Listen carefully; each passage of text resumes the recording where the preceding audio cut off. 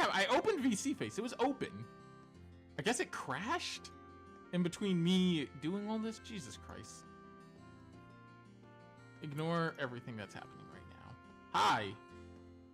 I'm the Amazing Seven the Vampire. Not sure why my fucking tracking closed.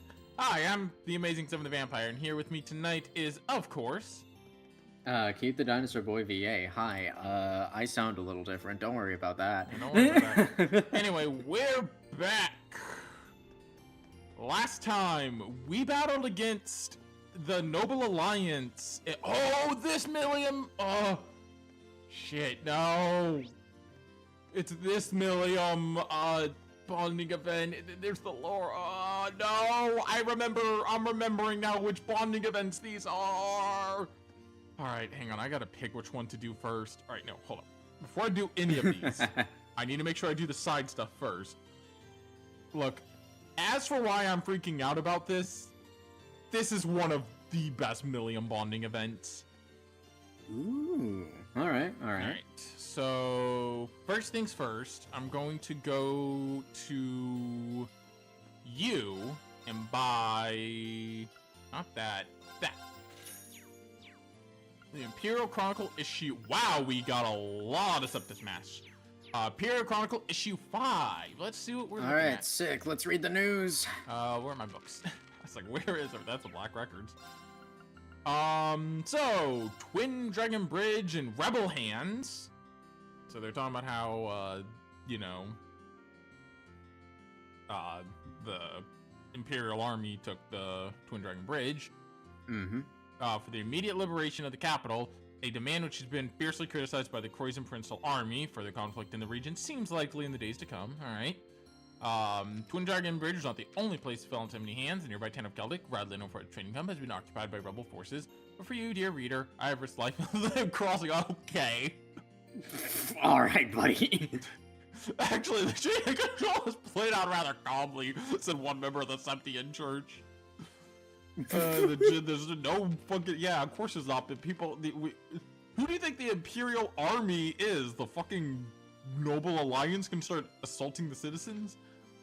Marcus Ragnar declares neutrality, so it seems he's leaving the fight. Mm-hmm. What's good, y'all? I come to you on the toilet, having stomach issues the day before I'm supposed to go back to work. How's y'all's day been going? That's enough. That's a bit too much information, but that's okay. Good luck, Trent. Good luck, Trent. Shocking, but then the ministry to take a turn for the worst. Oh, it's an interview with Rufus. Oh. So it seems the fall of Twin Dragon Bridge is still fresh in the minds of the nation, but we've been hearing reports that Marcus Ragnar is withdrawn from the Noble Alliance. Is there any truth to these rumors? Chief of Staff Rufus Alberea, henceforth Lord Alberea, must apologize for uncertainty in this matter. The matters must have roused with the general public. Allow me to clarify the matter here by confirming that this is indeed the case. Shocking, but wouldn't it mean that the situation is likely to take a turn for the worse for the Noble Alliance effort in Eastern Arabonia? Not at all. I imagine a journalist as well informed as yourself has a good idea how many rebels remain in that part of the country. It's true that I have all the reports that the vast majority have been eliminated. Why do you all put eliminated? Like, that's... Jesus Christ. Precisely. The current situation was always within the realm of possibility, and nothing about it calls the Noble Alliance's dominance into question. In fact, I wouldn't be surprised if His Grace Marcus Ragnar had changed his heart and returned to the Alliance in short order. I don't think that's happening. I don't know about that one, buddy. I'm pretty sure his daughter will just kick him in the ass if he does. We extend our deepest gratitude to Lord Alberea for taking the time out of our visit. Okay, so he's just like, yeah, thank you for the fucking... Okay. I mean, a man who so embodies the dignity of nobility. Jesus Christ, what is this? Fucking... Well, just a little bit of glaze. Don't worry about it. God, I fucking love propaganda. Anyway, all right. Are they gonna talk about the fact that somebody blew up on the bridge here? Marcus High Arms sends aid. So the High Arms family is still in this, dealing with the ongoing refugee problem by offering displaced citizens in his domain. So he's helping people who are, losing their homes, I guess. Okay. He seems to be doing some good stuff. And neutral force on the Western Front. A mysterious group calling itself the Winds of Freedom have begun appearing in Western Arabonia. We know who that is. They are currently believed to be assisting the neutrality of citizens caught up in the conflict. Yeah, it's literally okay. A real puzzle that may be a criminal organization. With just ulterior motives. Okay. You know, technically I gotta talk to you two as well, but I'll do that in a. You know, I'll do that. I normally not give that much of a shit when I'm tired. I just don't give a shit. That's fair. Hello, Reen. Hello, Reen. Can we not do this just for today? I feel I should just wear a shirt that says, I'm sorry about her or something. Come on. I'm just having a bit of fun with my two best pals. Besides, it's been so long since we've seen each other that she probably missed all the teasing. Thank you, Vivi. Very cool. Really? I'm just so happy to see you again. I was so worried this whole time. Never should have left you alone like that. You must have been really scared. I'm so sorry. I should be the one saying all that. No, here come the tears. You're such a dummy, Lindy. There. It's great to see the two of you back together again. Reen, we owe you so much. We might not have ever seen each other again if it weren't for Class 7 and the Courageous. Now, it's time for me to return the favor and help by joining the crew and doing all I can to help out. You better, since I'm gonna be spicing up your lives. Oh, jeez. Okay, thank you, Vivi. That's not a... I can't even read that with a straight face. That's... Never mind.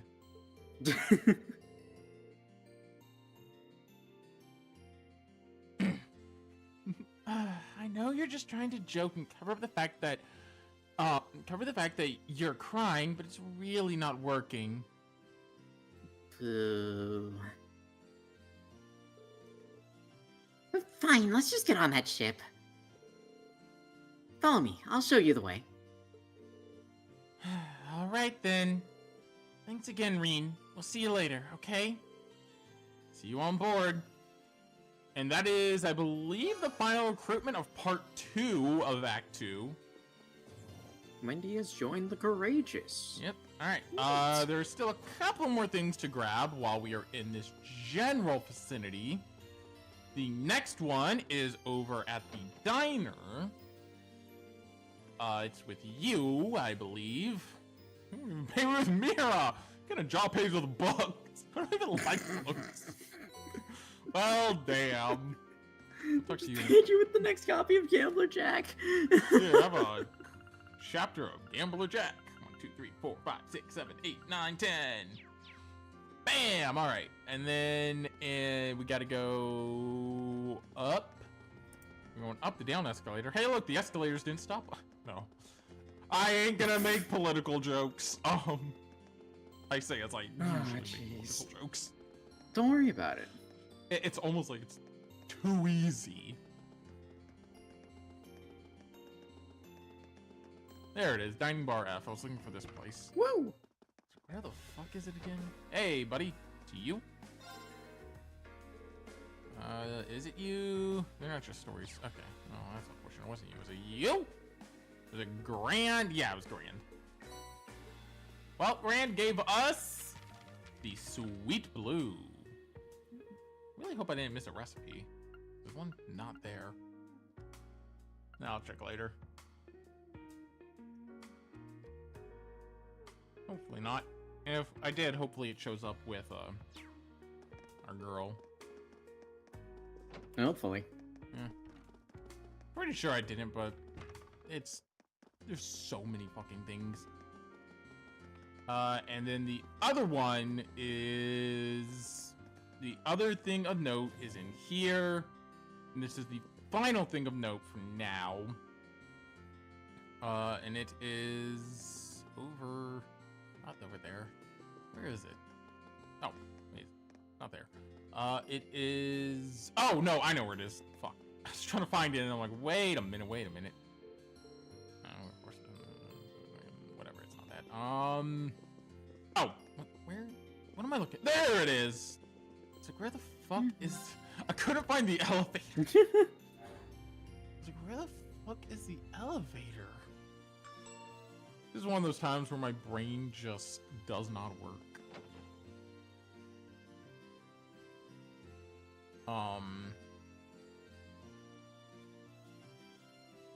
Because, you know, my brain works usually. Right. Usually my brain works very well.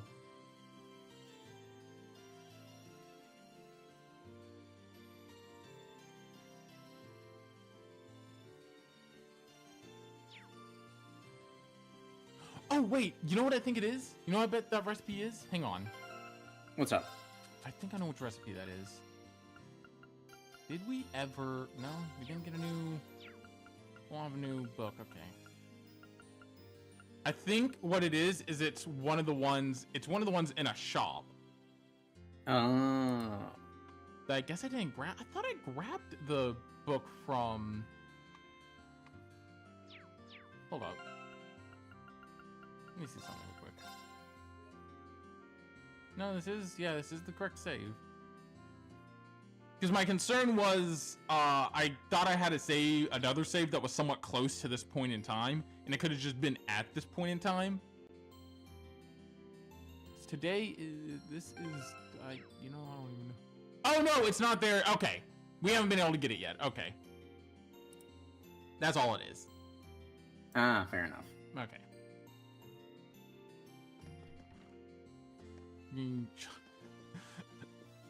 No, I was talking about escalator stopping.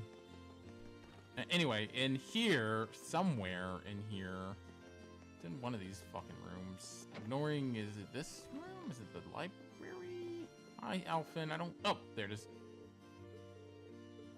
Yeah, go to whole thing. Go to paint colors. Yeah, there we go. Dark coloring. There we go. Finally. All right. All right. I think I know what order I'm gonna do these in, and I think I'm gonna start with one of my favorites. I guess the Eisengraf's pretty much stuck in Mirror Station for the time being. Well, better stuck than under Alliance control, right? Now that I think about it, I never went and got what I left in there a while ago. Maybe I should go grab it before it starts running again. Maybe I should tag along. It'd be cool to take a look around inside, too. Mind if I join you, Milliam? Didn't exactly get a look around last time we were in there, and to be honest, I'd kinda like to. I'm not stopping you! In the words of Fee, let's roll! Okay, Milliam. Mm-hmm. They spoke to the RMP officers. Hang on. Get out of here, you. Think the RMP officers guard G15? No way. the guarding the station were granted permission to step aboard the Eisengraf. Why is that girl so antennas? Why that girl so antennas? What do you mean? Why that girl so antennas? What are you talking about? Her hair? Because it's Milliam. Don't worry about it. They went straight to the front carriage, and Milliam found what she was looking for on the engine room's dashboard. Oh. She got antennas. Oh, it's a stuffed bear. Pretty big one, too. Isn't he awesome? Vance bought him for me a while back as a reward for completing a mission. He did? I'm having a hard time imagining Chancellor Osborne buying something so cute as a present. Yeah, guess he didn't seem like the type, huh? He probably bought it for me on a whim. Oh, I wasn't trying to suggest he was a cold-hearted person or anything. Hey, while you're here, you want to go do some exploring? Bet you the chairs in here are way softer than any sofa you've ever tried. Sure, why not? Still, we're putting the RMP out, remember? Can't spend too long in here.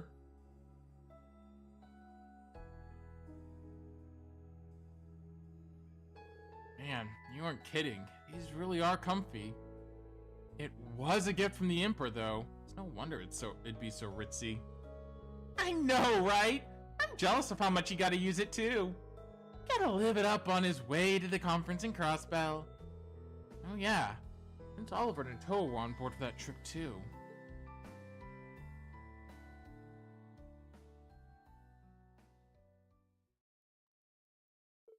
What's up? Nothing.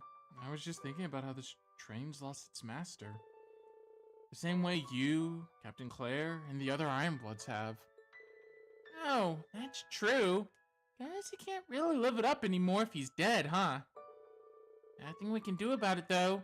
Crow outsmarted him, and that's that. Still can't believe he actually managed to kill him. Wasn't expecting you to be able to talk about him so impartially.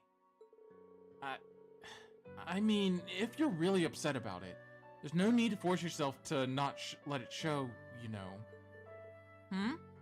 Why would I be? When Dad was shot by that Jaeger, I was beside myself with worry and anger.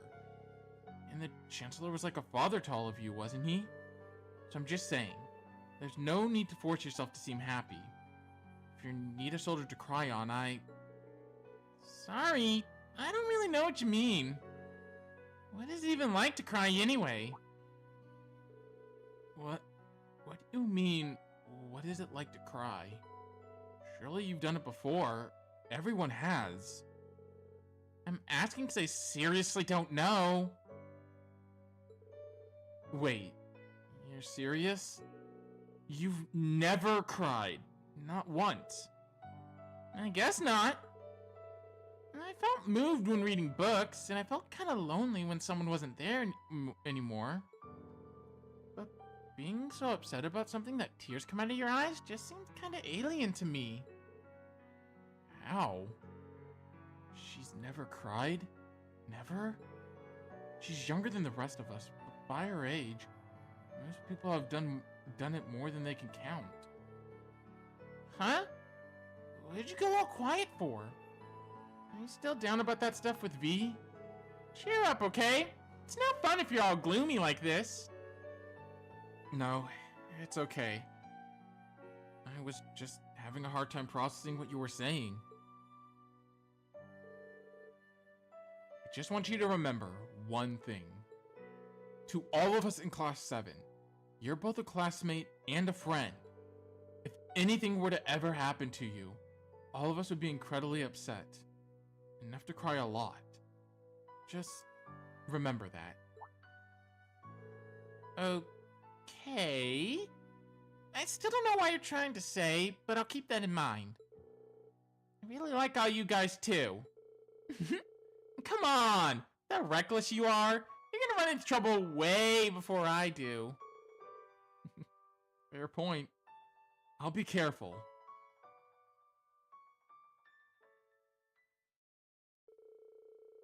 After they finished talking, the two left the Eisengraf and stuffed bear in hand.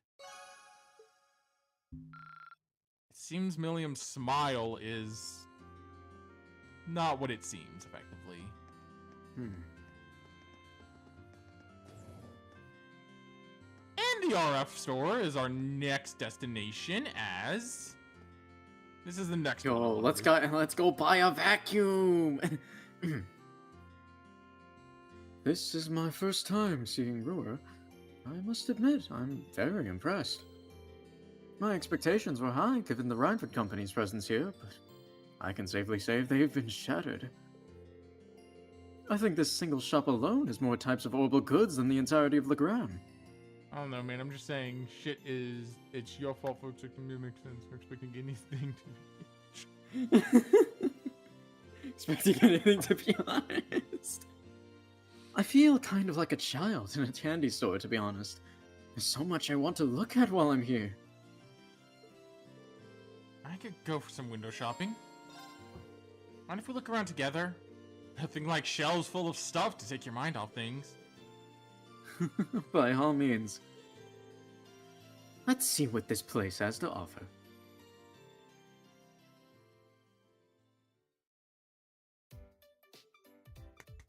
We We go from a really sad bonding event to a really goofy one. Huh. So this is an orbital refrigerator. I noticed there was a large one in the Courageous's kitchen, but I wasn't entirely sure what it was at the time. Oh, now that they mention it, we do have one aboard, don't we? Being able to just stick food in there and have it stay fresh for days is pretty awesome. So it is. I wouldn't mind having one for myself when I want to prepare a boxed lunch. How much does one cost?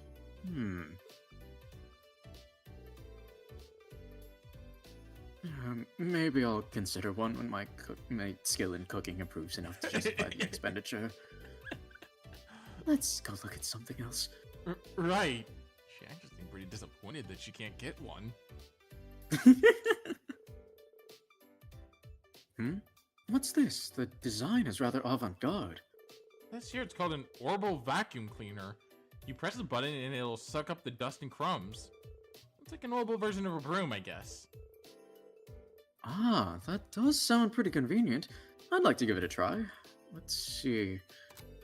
More carefully press the button on the vacuum cleaner. I don't think you're just supposed to turn on the appliances in the store like that. Laura, no! Sorry, I guess curiosity just got the better of me. I suppose I should turn it off then. Is this the button you press to do that? Why is it vibrating even louder and more forcefully? Excuse me, miss. Please don't. Well, he certainly seemed none too pleased with us. I'm sorry, Reen. Don't worry about it. It's not often I get to see you get into trouble like that. I guess technology isn't your forte, huh? Apparently not. I mean, I have an interest in it, but very little actual experience using it. I think I'd be able to use all the appliances here if I had the chance to learn, though. Just like what I did with our combat ordnance. By the way, what are these? They're, orbital washing machines. By the look of it, you put your clothes in there and it'll wash them for you. And there's also an orbital dryer. Now, sometimes those almost catch fire. Make sure you clean out your vents so your orbital dryer doesn't almost catch fire. Don't forget to, clean out all the lint from your dryer so that it doesn't catch fire in your house. Fucking hell. Just like, the dryer almost got fire. I'm like, what the fuck? What do you mean by that? And there's just like fucking guy cleaning out the vent and was like, yeah, there was a lot of dog hair in there, and I'm like, fucking husky over here. Is that so? It's like, yeah, my fucking husky over here sheds enough to make another dog. At least it had a few in her house from what I remember. Wow, that sure sounds convenient. Fascinating. Wonder how it works. Let me see. Laura? Laura? Ah, not again! My apologies. So, which one of these buttons turn it off? This one? No, maybe this one? Oh, Laura! Please tell me you haven't done what I think you've done. I'm afraid it appears I've broken it. Excuse me, miss? Fortunately for Laura and me, the damage was much less severe than it looked, and they were able to repair the orbital washing machine. The employee was understandably furious, thanks to the connection to Lisa, who was kind enough to overlook what happened. Laura, just don't touch anything else. Laura, please don't touch anything else. I can't believe I've made such a blunder not just once, but twice. Well, at least they're able to fix it, right? All's well that ends well, I guess. Still, it really feels like you weren't born into the way that you. It really does feel like you were born into the way of the sword. You don't need to make my lack of domestic skills sound like some kind of winning quality. I am all too aware of the areas where I come up short, and I took up cooking in an effort to become more refined, but I wasn't planning to admit that here. Still, well, you got the chance to see the side of you no one else really has gotten to see. And hey, no one's good at everything. We've all got our weak spots. Well, that's true, but you and I aren't so different in that regard, you know. All of us have roles we're good at fulfilling, and for those we aren't, we need to learn to rely on others.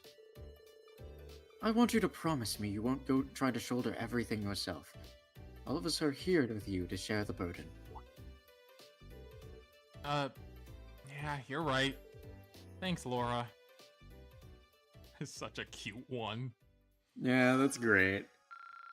At least they ended it off with looking at something in glass so that she doesn't accidentally touch it and kill everyone. Keep Laura away from technology.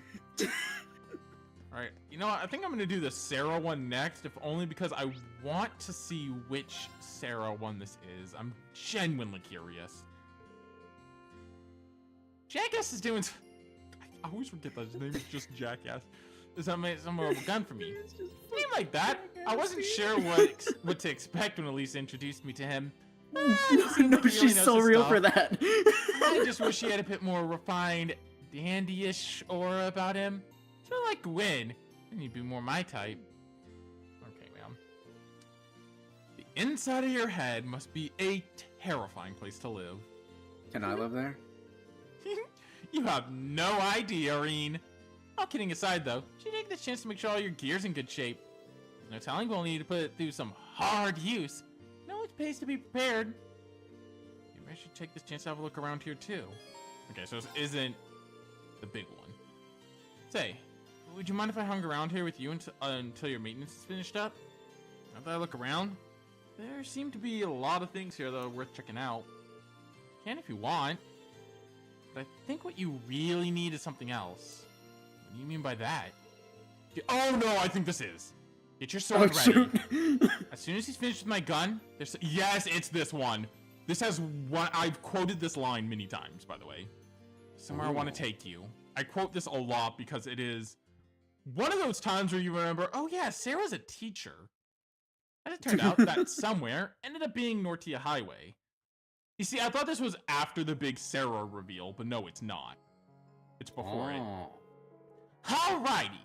I don't think anyone's gonna come barging in and disturb us all the way out here. Yeah, I doubt it, but why'd you bring me here in the first place? You told me not to forget my sword, so I'm guessing it's not a date. Pshaw! You've never been on a Sarah date. Can I go on a Sarah date? Girl just takes out her sword and gun. Anyway, Please. I hope you're ready to get all hot and heavy with me as we pour ourselves into a no-hold-barred combat training. Are you kidding me? And this time, I'm not gonna hold anything back. So you better be ready. I want you to fight me like your life depends on it. Because you can leave this little excursion one of two ways. Walking away with your head held high, or on a stretcher. Ugh. Don't know what brought this on, but I can see this isn't one of your usual gags. In that case, I accept your challenge. You'll get only my best today. So began their intense battle. True to her word, Sarah came at Irene with all the fury of a raging storm. Despite the best of his skills, bringing the rest of his skills to bear, he was barely able to withstand her assaults. How are you so strong? This is what it's like when you're not pulling your punches, huh? Damn straight. The world's not a nice place. It's not a fair place. But I fought tooth and nail for my place in it anyway. The world takes from you too. I've almost lost count of how many irreplaceable things have been taken from me. So many friends, allies. I don't even have a homeland to call my own now. Instructor. But I did whatever I had to keep on living, no matter what. And I stand for you now as the sum of all of those ugly and painful experiences. Life will knock you down over and over again. But if you rise up just one more time, that makes you the victor. That's something I've kept on believing, and seeing all you students give it your all has only strengthened that belief.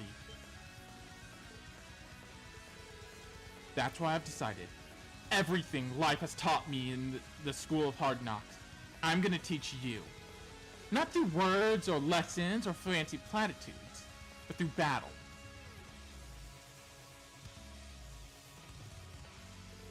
I'm ready to learn. You might have gotten the better of me before, but I'm ready for round 2 anytime. Atta boy! Let's not waste any time chit-chatting then. You ready? Yeah, now you know the context behind that line, because I say that's something I quote a lot. Mm-hmm. Because it is such a powerful line. Oh, absolutely. They resumed their battle, and the intense training continued. Reem focused everything he had on the fight, fending off Instructor Sarah's onslaught as best he could. And, after a long, difficult fight...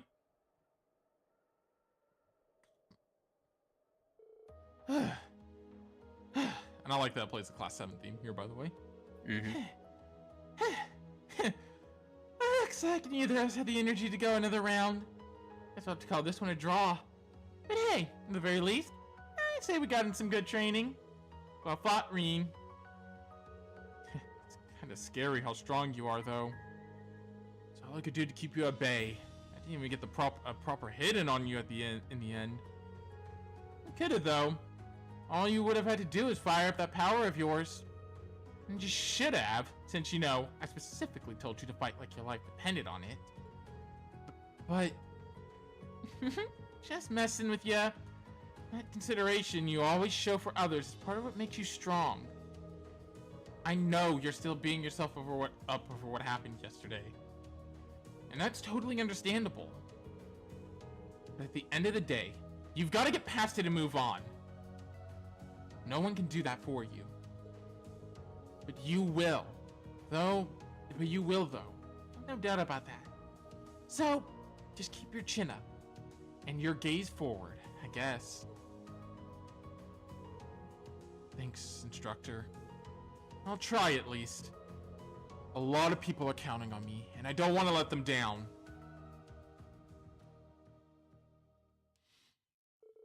Two stayed for a while and got their strength back. Once they felt better, they walked back together to Ruhr. I cannot wait till we figure out about Sarah's past. It is one of those moments I am highly anticipating. I love Sarah Valentine so much. Seriously, that moment just... life will knock you down again and again. She's like, God damn, Sarah. Go to Ruhr Airport and do fees next. Where is she? If I could fucking remember my controls. That's to get back on the ship. That's not what I need to do right now. Now I need to go and talk with you. There you are, Fee. Heading back to the ship, Reed? Nah, not yet. I'm just wandering and trying to figure out what to do. If I really can't think of anything, I'll probably check in on Valimar and laze around inside. I'm exhausted after everything that went down yesterday. Me too. It's hard to get what happened to V out of my head. He might have been our enemy, but he gave his condolences for our boss's death back at the mine. So it's hard for me to hate him. He did, didn't he? I almost forgot. Guess it makes sense that I'm not the only one who feels down after all that. Might do me some good to spend time with V since we're both here. Hey, mind if I hang with you for a little bit? I mean, if you think I'll be in the way, just tell me and I'll get going. Of course you won't. Stay here for as long as you'd like. Thanks, B.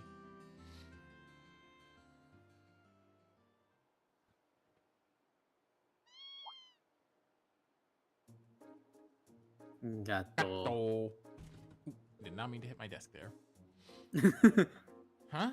What's a kitten doing here? He doesn't look too happy. Maybe he's been separated from his mother? He's not wearing collar, so I'm guessing he's a stray.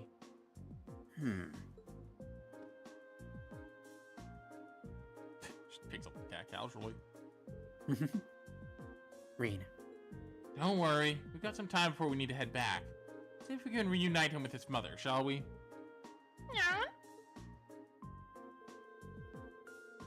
Meow. Kitten in hand, Reen and Fee started walking around the city trying to find where the kitten's mother could be.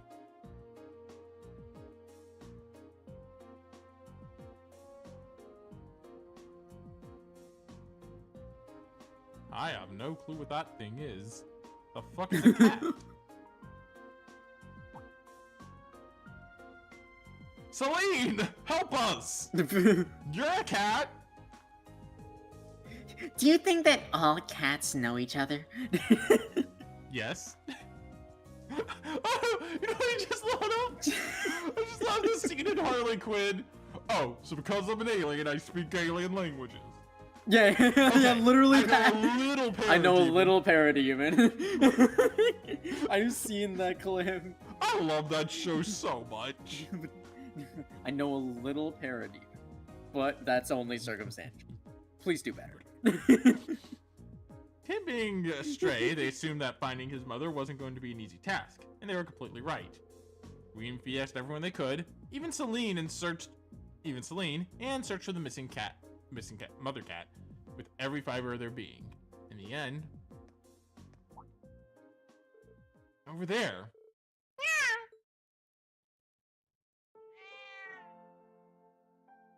This is a tune you don't actually get to hear enough. It's a slight play on one of the tunes we hear a lot, but it's similar to the tune we heard in Milliams, but it's a slightly higher key. Oh, yeah. Looks like we found our mother. Yep. Even without knowing what they're saying, it's obvious that they're family.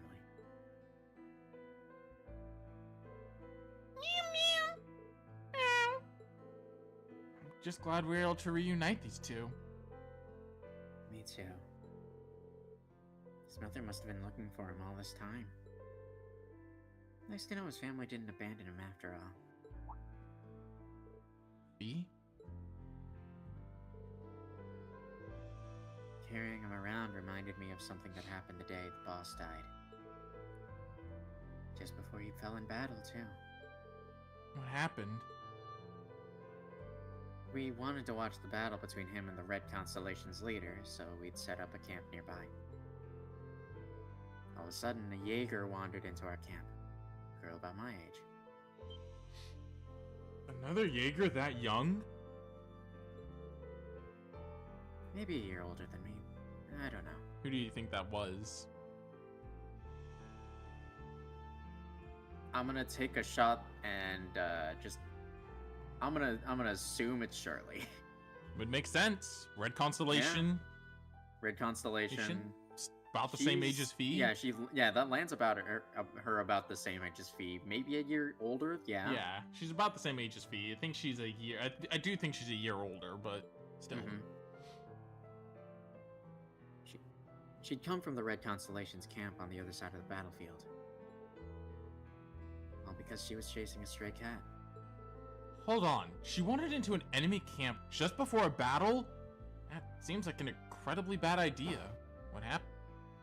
What was that?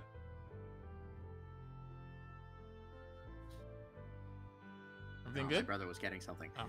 Everything, an incredibly bad idea. What happened? Oh, we didn't attack her or anything. They weren't exactly in the mood to start anything with us at that point either.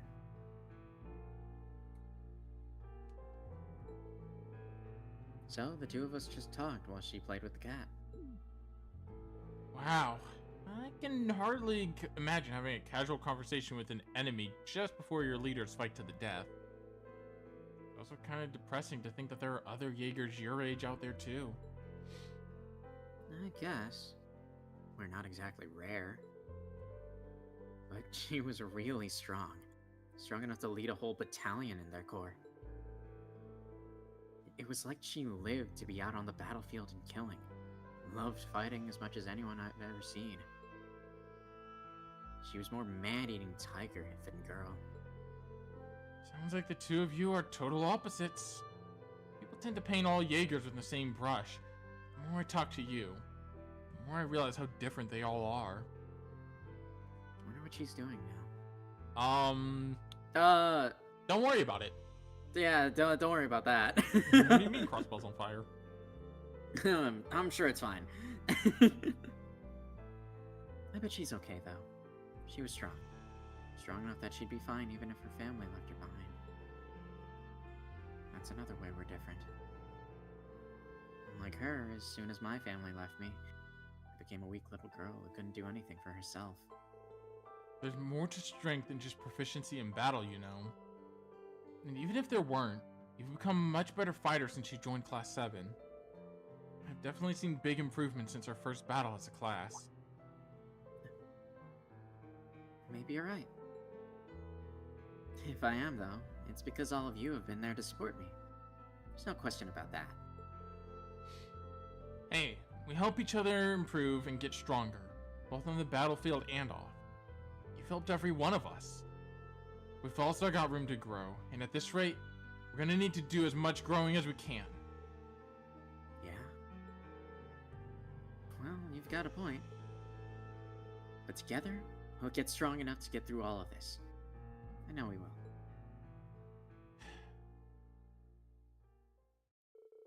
Conversation at the end. The conversation ended. They watched the two cats scurry off in the distance. God damn. Yeah, we're getting to the point where the bonding events start being a lot deeper. Mm-hmm. And then there's Laura, almost, destroying a few things in an orbital shop, but it's fine. But yeah, I do love the fact that, you know, Jaegers, I guess I want to stop for a second, in like FC and SC, Jaegers are painted as this brutal force. And even in Azure, the Jaegers you meet are this brutal force. And then you start to see in this game, when you have, you know, Fee with you, there's more to it than just fighting and being, you know, and killing and all of that. There's a genuine humanity to them. Yeah. And I think that that's interesting because it paints it in a different light. I love the writing of Trails. The city's so amazing that I almost can't take it all in. Yeah, it's not so different. It's not so much a different city as it is a different world. Nothing is familiar. I know a lot of our classmates feel this way. But I grew up in such a rural area, I can hardly believe what I'm looking at. I feel like rural's an understatement, but we'll get to that much later down the road. Yeah, I felt the same the first time I was here. It's a far cry from Ymir, that's for sure. Far cry. Still. Far cry. Still, while you're here, why not walk around and take in the sights? It's a bit intimidating, but there's a lot to see. It sounds like a fun idea. And Reen, I know it's hard, but I hope things get better for you soon. Thanks, Emma. I hope so too. Maybe she'd appreciate a guide. Brewery is a big place and all. How about I give you a guided tour of the place? I've been here before, so I should be able to give you a decent one. At least. Not at least a grade, but still. Are you sure you wouldn't mind? I'd love that. What a strange sensation. The idea of a moving staircase is incredible. Haha, true enough. It's not the only one on the continent either. Zeiss has over the has them. I wouldn't be surprised if they were introduced. Okay, I can't read that fast, by the way. Far Cry, like the 3? The one with the villain so good every game after just tried to do his gimmick again and sucked at it. Oh, I love Far Cry 5. I can't wait till we do the Far Cry 5 revisit and I make Keith play it with me. That's gonna be that'll be the gimmick for why we revisit Far Cry 5. Just make Keith play it with me. Keith and Seven wander around Montana and shoot people. It's that big structure over there. Don't describe it like that. We're gonna get arrested. This is fair. Oops. Oopsie daisy. Fictional! I swear. Fictional. In Minecraft! Look, it's fictional Montana. There's cultists everywhere. Wait, hang on.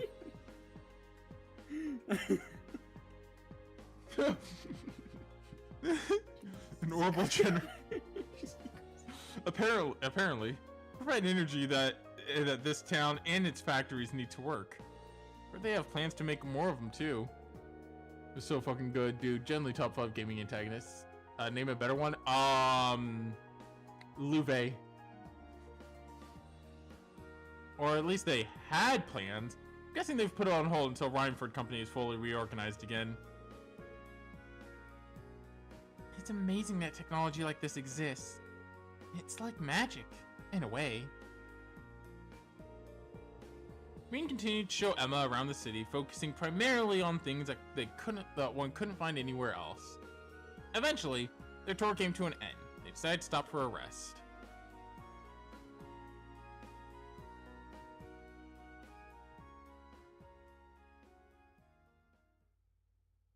I mean, I heard people are doing that shit RL and getting away with it because it's Montana, and basically no one is there. Montana's... I still think one of my favorite things I said in the original Far Cry 5 playthrough was, now it's a good thing this game could never happen because Montana's not real. Ew. There's so much to take in here that my head's still spinning. Every time I thought I'd seen all there was to see, it led me to something else that was even more incredible. I felt the same way the first time I was here. It's even more incredible when you realize that in a few decades, places that look like this could be the norm. You may be right, especially with the way technology is always advancing. It reminds me of something I read in a book once. Yeah, I can't wait till we get to, like, Calvard, where we see more areas like this. Like, Calvard's full of areas like this. And it's so jarring when you first start They it. got movies there, dude. Yeah, do you want to go see, Golden Blood? You want to go see the unrated cut of Golden Blood? You want to go see... I want to see the Mishi movie adaptation. The Mishi and Boots? Wait, right, that's real! There is a Mishi movie. It's called Mishi and Boots. I forgot that they just actually do have a Mishi movie. It reminds me of... Do you want to go see Phoenix Wright? There This is a might be movie peak that's... cinema. There is a movie that is just Phoenix Wright, and it is hilarious. Oh, let's go. It reminds me of something I read in a book once. It said that technology that is beyond the comprehension of the observer is indistinguishable from magic. That's one way to look at it. That's one way to look at it, sure. But if that is the case, where does that leave witches like me? People develop new technology, it's embraced with open arms, but our equally convenient magic is feared as heretical. That's why we were forced to live in the shadows, hiding both our existence and our powers away from people. Sleeping because I got work before I go. Random thing, but y'all remember that Punisher game, like the PS2? I do. I don't know why. I actually plan to play it, I actually plan to play the, Xbox port eventually. I don't know when, but I plan to get to it. Oh, that's what that looks like. Well, what it looks like? The Punisher PS2 game. Yeah. I've never actually, like, seen gameplay of it before. Yeah, it's also on the Xbox, and I plan to play that port, eventually. I just don't know when I'm gonna get to it. That is fair. It's not like super high priority is the thing, but it's a decently fun. It's a fun game. I like it. It's the only reason. Why is it $200 on Amazon? Probably because of a lot of the controversy with the game and its very limited run because of that. Oh, I didn't realize it was that rare. Yeah, it's a pretty rare game because it's slightly controversial due to, stupid reasons. It's just how gory it can be. Alright, sure, whatever, man. I don't know, that's gonna be a stream game. I'm gonna stream it eventually. And I want to stream it, it's just because, I mean, I've played and beaten it a couple of times. It's a fun game, I like it. I just don't know, like I said, it's low priority on my list of games to stream. Is that the only reason we exist? To fulfill duties that nobody even knows about while the world leaves us behind? Sorry, Emma. I never realized you felt that way. No, not at all. I'm the one who should be sorry. I didn't mean to ramble at you like this. You're shouldering a far heavier burden than I am right now. Another person's worries are the last thing you need. Even more so when my duty as a witch is to support you. I'm sure Grandmother and Celine would be very annoyed at me right now. You don't have anything to be sorry for. And honestly, all your concerns make sense to me. I don't think anyone exists just to fulfill some arbitrary set of duties, especially you. You really think so? Sure, you're a witch, but that doesn't have to define who you are as a person. To us, you're Emma, our class president and our friend, who also just happens to be a witch. Nobody gets to pick how they're born, but everyone deserves to choose how they want to live their lives. Yeah, but that's another really good line. Damn. There's a lot of really good lines in this part. Oh, The hit Marvel not character, the the circumstances Russian, of one's at birth some that are point. relevant. Yeah, I guess the hit. I fucking not the first. I thought it was the first fight against the Russian. I hate the second fight against the Russian. Wait, hang on. There's a Marvel character called the Russian. Yeah, he's just called the Russian. What are his powers? Russian. Being Russian. Yes. It's effectively fucking it. I thought that was the Crimson Dynamo. I suppose you're right. Or I mean, sorry, the Red the Red Guardian. The Crimson Dynamo was the freaking it was the other name. So don't let being a witch force you into dedicating your life to fulfilling your duties or whatever. Focus on finding something that you want to do. We're all here to help you do that, you know, right? You're not alone. I don't think anyone else in our class has figured out exactly how to live their life either. When you put it that way, yeah, the second fight against the Russian is figured just out how to live my life. fucking ass. There's no supposing about it, is there? You're right. Thank you, Reen. Funniest part is about the Russian, he doesn't even have any powers. He was a creation for the Punisher comic, and you can tell. And you can tell. Like, he's just a fucking, yeah, he's just a guy who's kind of strong.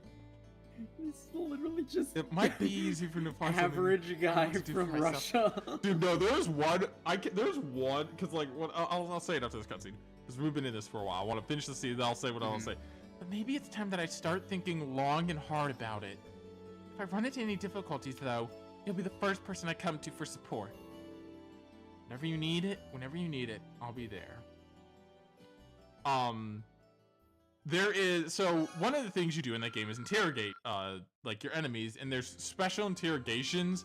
There's one in like the second stage that I cannot wait for you to see because it's hilarious what you do. I'm not gonna tell you what it is, but it's goofy. I think, no, it's not the second stage, it's like the third or fourth, because it's the zoo. So when you go to the zoo. Oh, lovely. And yes, you go to a zoo at one point. Alright. As for what you do at the zoo, you do zoo things. Okay. Like, chase down a criminal who kidnapped your neighbor. Okay, cool. You know, just things you do at the zoo. Who am I? Oh, there he is. Okay. I'll do next. Hi, Elliot. I can't stop thinking about our field study here from earlier in the year. And you do Punisher things. It's very fun. Exactly. Sure, it was tough, but it was fun. And V was still alive. V got fucking eviscerated. He Yeah. did just blow up. Even if we did think he died back at the mine, I guess the news of V's actual death has probably reached Crow by now. I wonder how he's taking it. Sorry. It's probably super insensitive of me to bring him up. Just try and cheer up, okay? Elliot's definitely worried about me. Maybe we should hang out for a while. I just got a great idea for something we can do together. Come with me, Rain. What's going on now? You'll find out soon enough. Let's go! Elliot dragged Rain into the Rhineford building, and after he borrowed a few things, Elliot dragged him right back out again. Okay, thanks, Elliot. Alright, thank you, Elliot. This sort of looks like the same kind of orbital guitar I used back at the festival.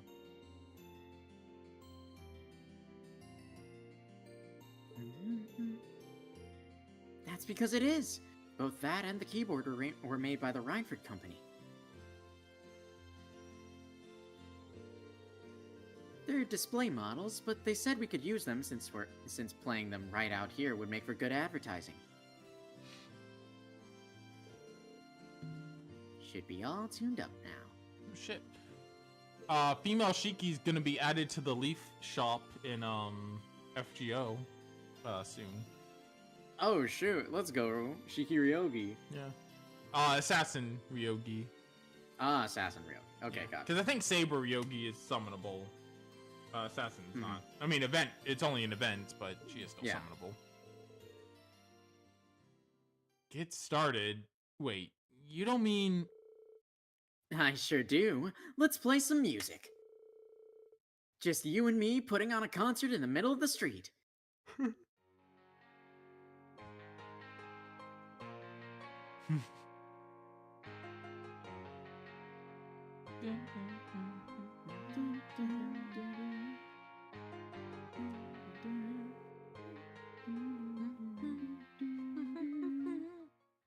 It's surprising the number of Ruhr's residents that stopped to listen and clap for them too. All in all, it was a success. Phew, that was something. Impressive work, Reed. We were out of sync in a few spots and we missed a note here or two here or there. But it was fun, wasn't it? It was for me, at least.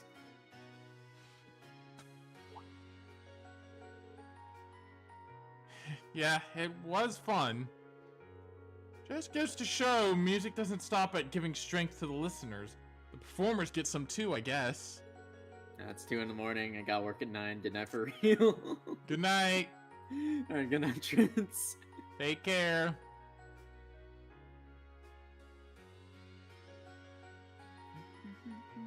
I was every bit as happy there as I was when we performed at the festival. I'm a little biased, but I'd say playing yourself is even more fun than listening, to be honest. That's probably one of the reasons I just can't seem to give music up.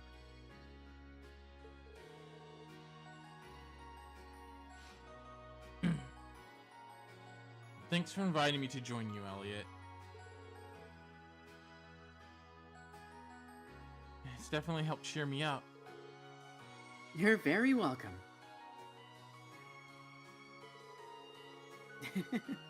We'll have to do this again sometime if we can. With some time to practice, hopefully. Not just us either.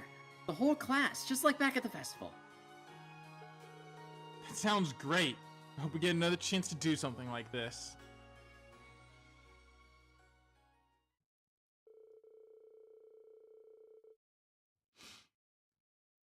The street, sorry, almost sneezed. God, my glasses are dirty. The street concert complete. Reen and Elliot went back to the Rhineford HQ to return the instruments with smiles of elation on their faces. Your bond with Elliot strengthened. Yay.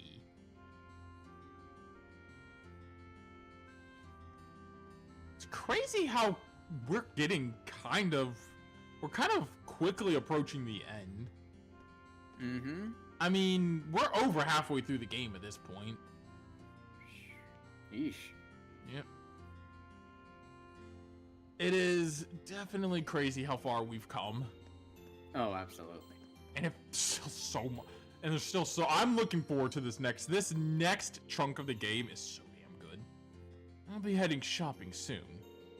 From our perspective, causing one of the 4 great houses to withdraw from the war is a monumentous achievement. For my brothers, it's likely all within the realm of expectation. I know it caused them a moment's hesitation. The only thing it's done is reclassify us as more of a threat. We'll need to be more careful than ever as we fly around. Yikes, I didn't even think about that. Still, I would not advise against becoming so cautious that we're unable to get anything done. Well, that's a thought for another time. Right now, you should be focusing on the task at hand. You should be focusing on taking some time to unwind. I think I will. Thanks, Eustace. Resting up wouldn't be so bad. Maybe I should join him in his shopping. Should I join you? Honestly, shopping surprise sounds like it could release some stress just as well as a nap. Do what you will. My first stop is RF Arms. It's like, do what you want. Don't fucking care. Fuck. Friggin' sure, man. Whatever. Are you really gonna use all these whetstones on your sword? Just how much is reinforcing tape does that hilt need? Better to be too well prepared than found wanting in a pinch, particularly with the future as uncertain as it is. I would expect my father is already aware of what happened here in Nortia. Knowing him, he's probably already preparing to retaliate. Maybe you're right. Especially with him working on a sold-out like V's for his own personal use.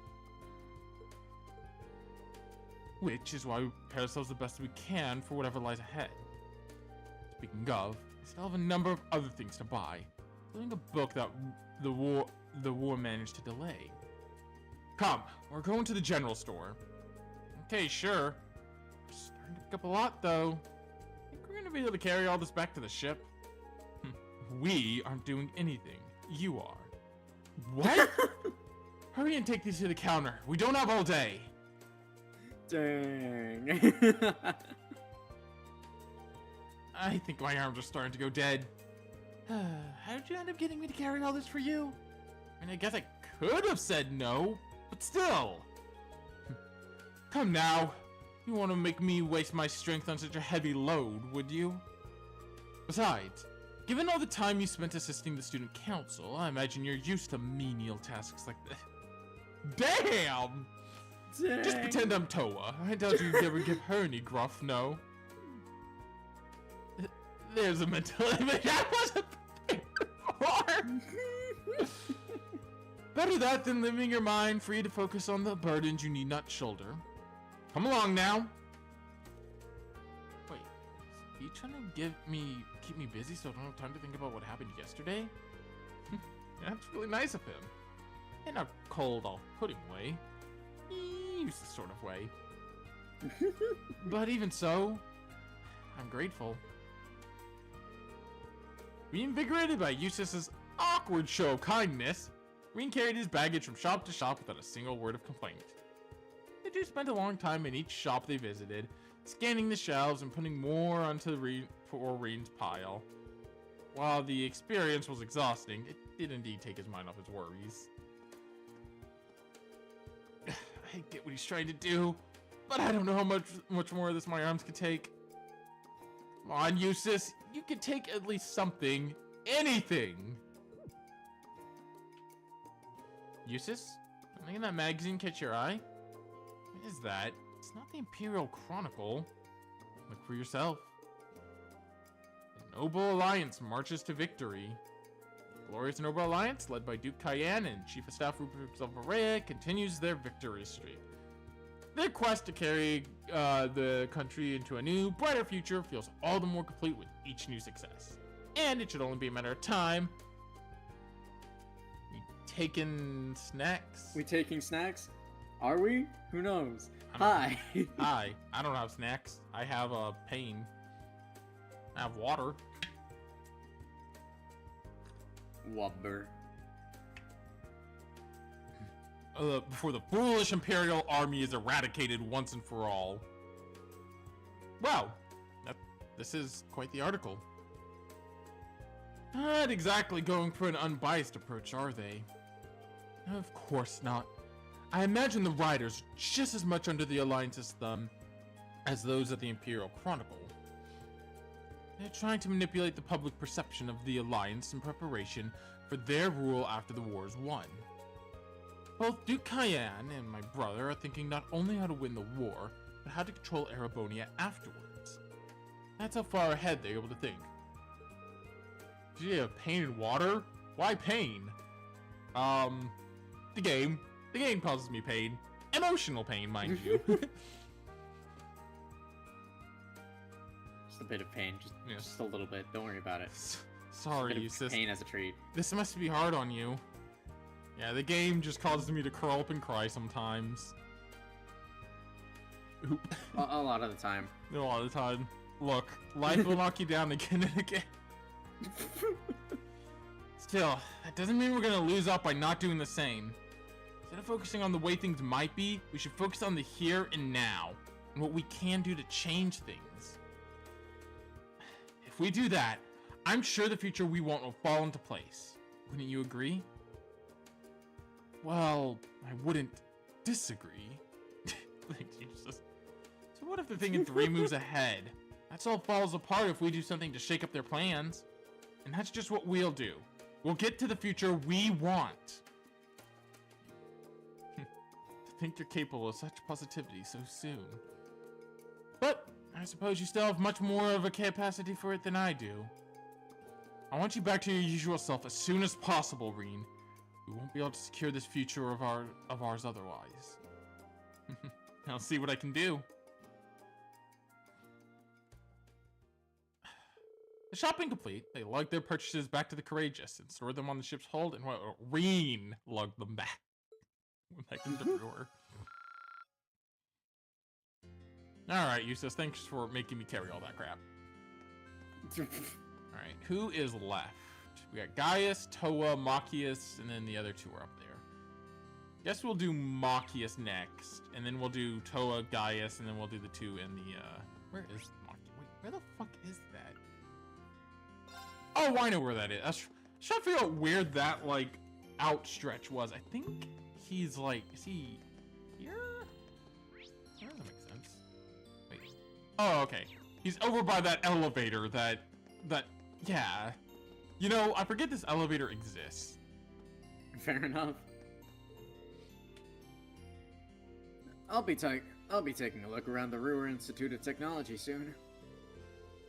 It's practically the premier technical university in the country, so I think any time I spend there will be to my benefit. I would imagine so. We did go inside it during our field study, but that was just Professor Schmidt's request, so we didn't explore much. Still, it's very you to make a break. I don't know why that threw me off for a second. No, that's it's so very good. you to make a break for the nearest school who we finally get a little time to rest. Well, if there's something I can only see while we're here, why wouldn't I? Maybe you should do the same. No better way to lift your spirits than to get your mind off of what's getting them down. I'll keep that in mind, thanks. Maybe he's right. Checking out the Institute would probably cheer me up. Yeah, I think you're on something here. Would it be okay if I tagged along? Of course. I was kind of hoping you would. Shall we? We shall. Let's go on into the Institute. Wow! Whoa! Whoa, indeed. What was that? Sorry about that, guys! Hey, I recognize you too. That guy's name's Harvers? I think his name was Harper, yeah. You guys came here for a field study one time with your other classmates, right? Hit the nail on the head, but... Mind explaining what those 2 tiny cars are? Actually, I think I remember seeing them during our field study, too. Oh yeah, Machias was with us during the Ruhr field study. I kind of forgot that. Yeah. Oh yeah, no, I remember that because he was the one who said, Reen, you lucky son of a... I mean, for shame! Oh my god, wait, no, you're right! His name is Harvs. Harvs? Oh, his name is Harvs. I thought it was Harver. What kind of name is like, Harver is better than Harvs. Also, what the fuck are those glasses, Harvs? What are you doing? Bro's got the. Look at the state bro's of got- you. Bro's got the antimomies, dude. These babies, they're a new kind of toy that we're developing. We're calling them Orbital Remote Controlled Cars. They're basically little cars that run on orbital power that you can drive around with these radio frequency controlled devices. Thanks. I had a bunch of remote control cars when I was a kid. I loved those things. Nice. I had one that was the Incredibles car. Ooh. It's actually it was like one of my favorites. Yeah, there's a lot of them. Those things were like always hard to manipulate though, like the controllers. No, that's so real. never moved how I I had wanted. one that was like a. I had one that was a monster truck. Oh, that's sick. Um, I think I actually had one that was a monster truck as well. Cause I had like 10 of them. Okay, I had a bunch of these fucking things. mhm. They were so cool. I mean, I loved them. Yeah. I love them, implying the fact that if I don't want to buy one nowadays. Like, I still love them. I have adult money. I can go to Walmart and buy myself one. I would just screw around with a car like with a radio controlled car. Like, I could realistically buy myself one. Nothing's stopping me. I say that like nothing is stopping me from buying shit. Like that's the thing. If I have the money, nothing's stopping me from buying the shit I want nowadays. I have money. I'm an adult. I can buy these things. Yeah, I mean, I could entertain myself with it for at least an hour with one. That's some impressive technology. You've replicated the look of the Rhineford Company's Lux line of vehicles very well, too. Oh, do you recognize the Marquis? With the number of cars on the road of Heimdall, you start to recognize different models after a while. So eventually, I decided to start doing some research into what each one had to offer. What's your favorite? My favorite model is the site. Mm.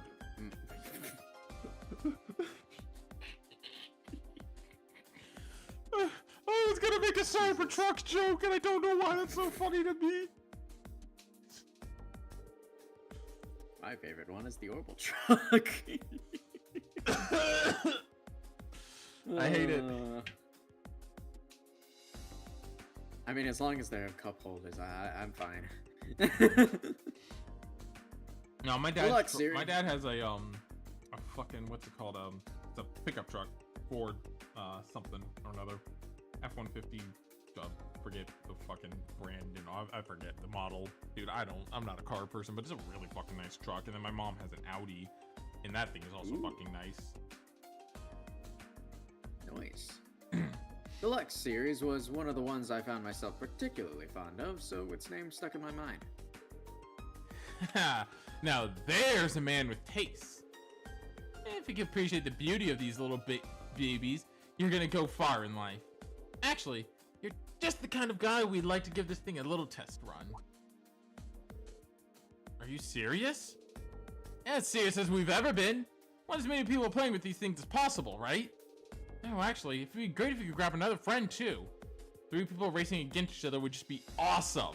Well, it would also provide us some valuable data. Well, in that case, we'd be happy to play with your cars for you. And I already know who our third will be. I'd hardly call him a friend. Guess who? Wait, you're not thinking of...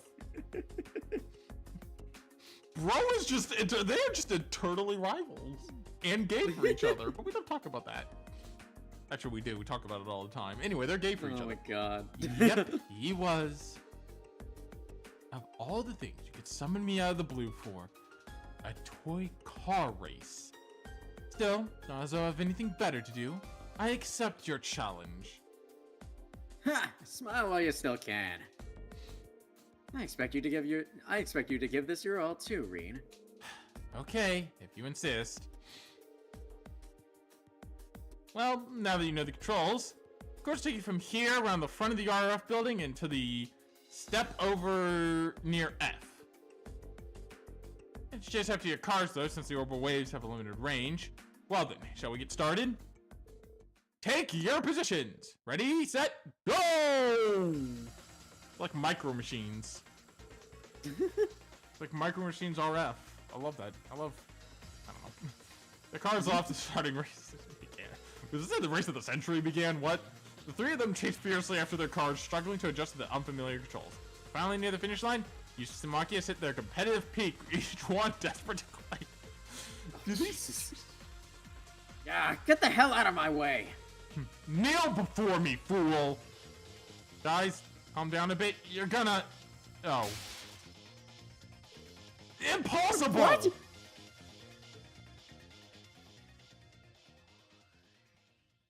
They crash. Why is Firefox telling me to Yeah. look back at my data? We have a winner! First place, Rain Schwarzer. How'd you guys crash in two opposite directions? They probably, you know what I like to imagine? How they're like bumping the other's car, and it caused them to just veer off. Seriously? It was a neck and neck race. But once they crashed their cars, Eustace and Machias didn't stand a chance. It looks like you got a bit carried away at the wheel there, fellas. Just another day that ends in a Y for Machias and Eustace. That was careless of me. This is completely ridiculous. We got some fantastic data thanks to you three. Let's get this back to the lab and start brainstorming improvements right away. Great work, you guys. Thanks. The race complete, Eustace went back to whatever he was doing, and the researcher skipped off gleefully to the institute. Bro went back to just doing something. Didn't expect that would end up such a big thing. I'm a little frustrated that I didn't manage to come in first. But if the whole thing cheered you up, I'd say it was well worth doing. Thanks, Machias. That means a lot. Hey, no need to make a big deal out of it. On a more pragmatic note, I can't see something like toy cars becoming very successful during wartime. Just another reason for us to fight for peace, I suppose. Yeah, that's a fight I'm sure we'll win. Besides, if these things ever make it to market, we can have another race. Sounds good to me. Next time, I'm taking Eustace down. Never ends. Never ends. They're just like this eternally.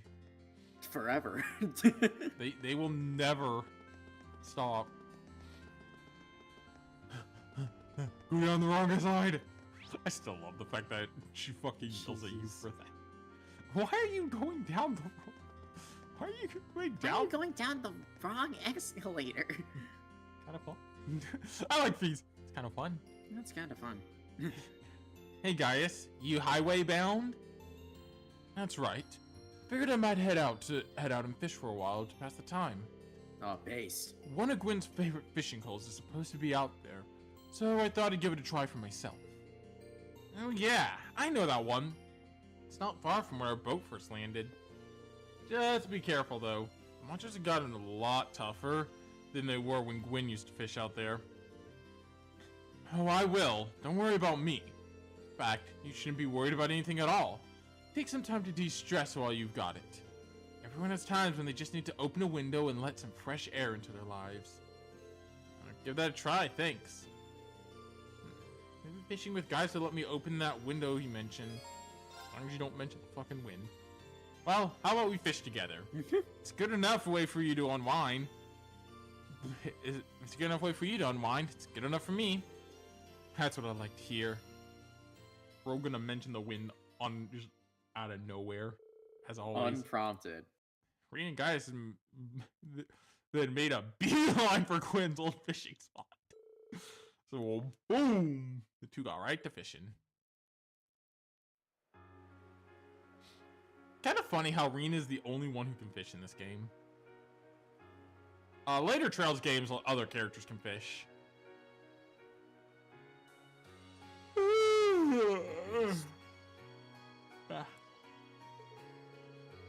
In Daybreak, all the characters can fish. Daybreak 2 particularly, because Daybreak 1 doesn't have fishing. Feels like ages since I put my cares aside for a while and cast out a line. Like, God, I'm not looking forward to my 100% run of Daybreak 2, speaking of which, when I need to catch all the fish. Yeah, ever since the war started, we've had no shortage of things to be worried about. Probably healthy for us to take an opportunity to unwind every now and then. Yeah. Even now, I'm feeling all the built-up tension just kind of softened and melted away. Did you fish much back home? I got in some good rod in real time, sure. I don't know why that sounds wrong. Hardly as much as Gwyn, though. He used to take me out on his boat to fish, especially when you could tell I was feeling down about something. Huh? Really? You always seem so composed that I guess I just assumed nothing ever really got to you like that. Man, that's embarrassing to admit. We've all got our worries. Don't fret about it. Sure, I feel down sometimes, but it always passes in time. Back home, I was always surrounded by people who cared about me. Mom, dad, siblings, neighbors in the settlement. Whenever I started feeling down, they were always there to cheer me up. I always tried to do what I could to be there for them in the same way. Sounds like a good life. And that's how you became the dependable Gaius we all look up to. Well, I don't know if I'd go that far. Still, I'd like to think that if there's ever anything you need, you'll be able to rely on me. Plus, we never have come as far as we have. We hadn't supported each other along the way.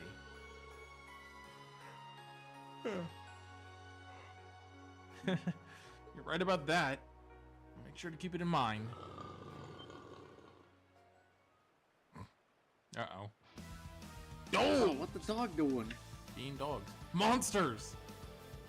Damn, we might have noticed them earlier had we been paying more attention. Reminded me back when we rescued Lieutenant General Vander a year ago. But at least that time I had a horse. Well, this time you've got me! True, we can together we can take them. Drawing their weapons, Reading guys fought valiantly against a horde of monsters.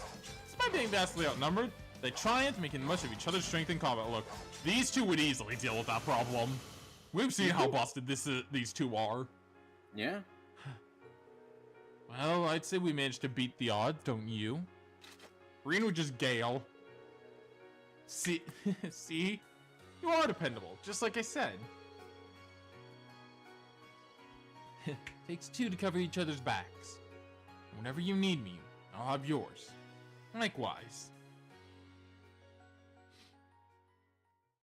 The battle won, they made their way back to Ruhr. Bond with Gaius strengthened. Next up is Toa! Tiny Toa! Tiny Toa! Although Toa in the modern games is no longer tiny. A big Toa. Tall Toa! Tall Toa. Also, she caked. I can't believe I said that. I'm gonna kill myself for that. Jesus Christ. No, you'll see when we get to Daybreak. It's like, holy shit, what the fuck? Hi. Hi there. Glad to see you're taking it easy. You've earned it. Right back at you, Angelica. Are you taking a break together then? We certainly are. Nothing makes me happier than spending some quality time with my dear, sweet Toa. George is at the Institute too, so it's just the two of us. And it's about time I whisk her off into our own private little world. No, Angie, stop! You really haven't changed a bit. But it's been in a weird way. I've missed this. Now we just need Crow. Yeah. Our crew won't be complete until we drag his ass back home, kicking and screaming. Maybe I should ask to join them since I'm here and all. Hey, would you ladies mind if I joined you? Not at all. I guess we'll have to pay for you since you're bright-eyed first year.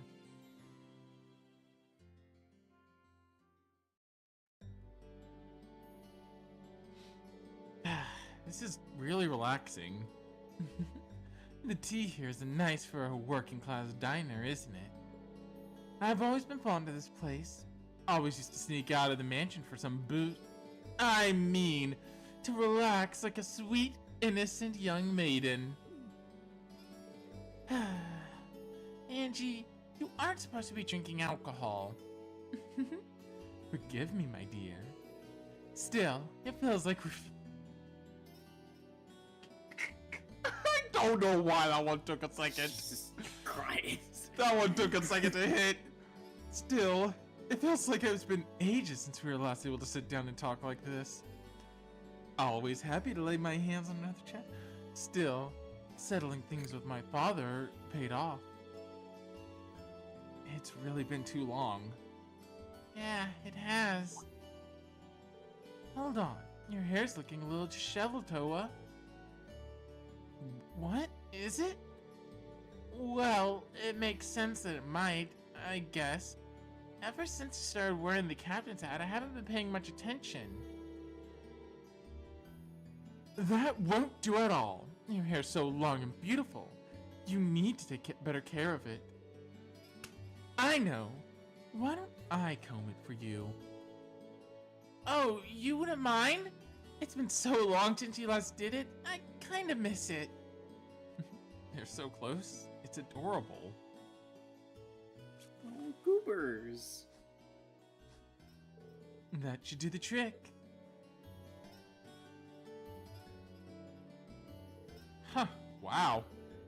Kinda strange seeing you with your hair down. I gotta admit, it really suits you. You think? She looks surprisingly mature when she lets her hair down, doesn't she? Cuteness and maturity, the best of both worlds. She's such a queen. Okay, that's enough, Angie. Can I please have my ribbon back? Nope, not yet. This is my chance to try all kinds of fun things with your hair. I have a collection of ribbons stored away for the next time I get to play with it like this. Stay right here while I go get them. Hold on a minute! Too late. She's unbelievable. I don't know, Toa. There's no harm in spending time like this together once in a while. When you think about it, the kind of peaceful moments we're fighting for to return to. That's true enough. Angie and I were recently talking about how things would have been if the war hadn't started. If we were still at the academy, our time there would be rapidly coming to an end. We're second years, so this is the time we really need to be thinking about what to do after graduation. Oh yeah. Have you been able to give that any thought? Yeah, I'm okay. I'm fortunate enough to have received offers from all kinds of organizations and ministries. George has gotten them from research faculties and institutions across the country. And Angie seems to have her mind about what to do with her family and all. I have my work cut out for me if I hope to be as good a position as you guys when I graduate. You are still a first year, so I wouldn't sweat it if I were you. You've still got plenty of time. To tell you the truth, though, I think the war has made all of us more unsure of what to do. Even assuming that when it does end, we're able to go back to our lives like they were before. I feel we have a duty to think about this country's future. Just picking some career off a list isn't good enough.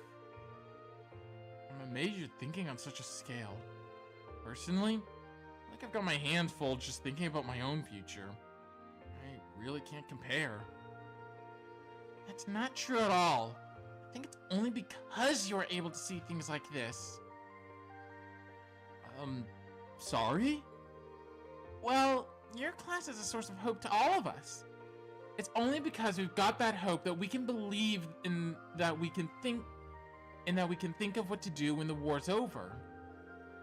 As long as you're out there fighting to bring it to an end, we can all believe that it will really come. So, let's keep fighting together, okay? We were able to save Angie, and I'm sure we can do anything we put our minds to. You think so? What am I even saying? Of course we can. I feel a lot better now, Toa. Thanks. I'm glad I could help. Oh, did I miss something? Oh, you're back. If you wanted to enjoy a date with my little Toa, you should have just asked, Reen. You're the only man I'd ever think of entrusting her to. I would have helped set things up nice and smooth. What are you talking about, Angie?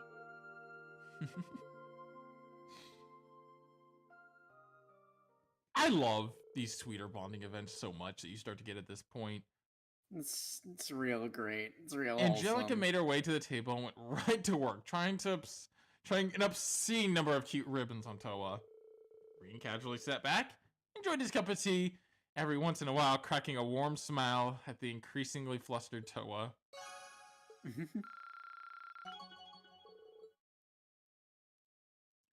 I like that Toa actually has a genuine link level. It's not like visible link level. Even if she's not, a combatant. Right. Like, you can actually see your link level with her. Maybe one day we'll get to play as Toa. She does have a giant-ass fucking gun. She does, yeah. Fucking saw this weird. It's an employee elevator. Okay. Guess I can't use it. Sorry.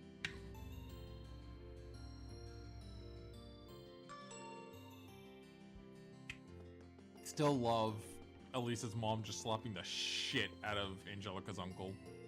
What are you up to, Elisa? Yeah. I'm just checking out the rooms to make sure everything's in order. Sharon's supposedly put everything back in order now that Director Ragnar is gone. But still, that can't hurt to double check, right?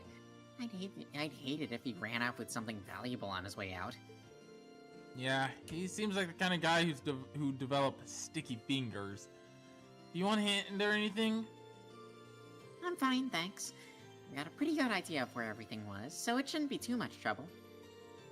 Mother's more than busy enough now, so I might as well just get it done. I feel like I should help her out anyway. Are you sure about doing this on your own? I mean, 2 people will be able to get the job done twice as fast, right? What are you planning, Schwarzer? Nothing at all, I swear. Just kidding.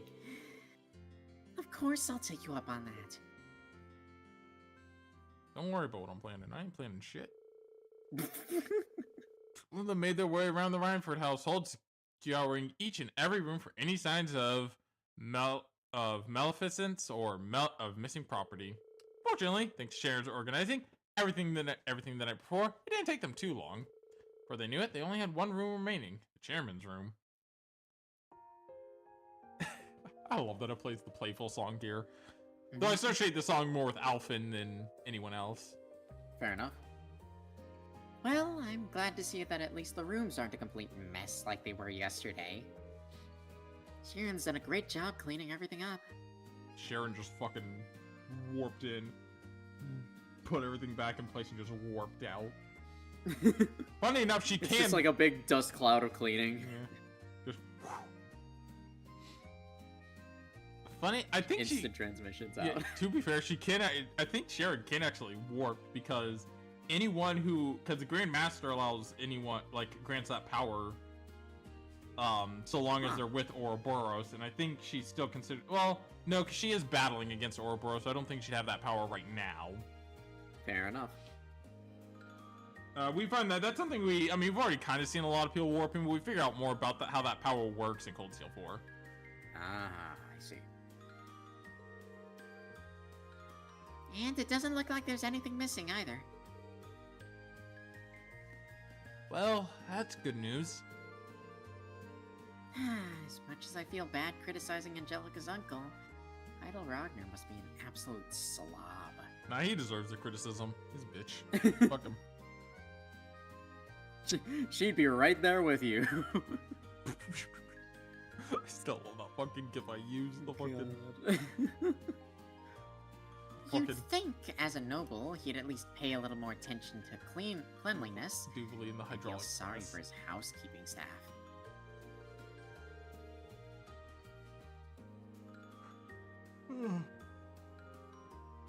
It's probably more than being a noble. He thought he could get away with never having to clean anything. Presenting your mother seemed to inflate his ego. You're probably right. Suddenly having power over someone he was never able to stand against must have been a real treat. Either way, we're almost finished up here, so...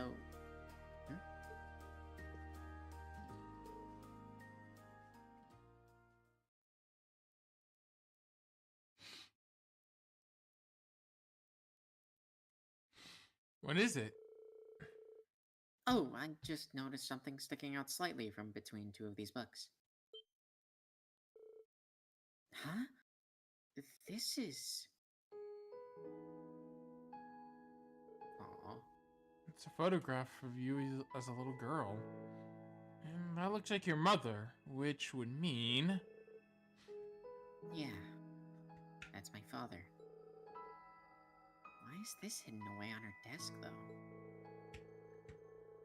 Maybe she pulled it out to look at it every now and then while she was working, but didn't want anyone to know. Honestly, I'm surprised too, but here it is. I don't think that there's any doubt that it's important to her. I guess you're right.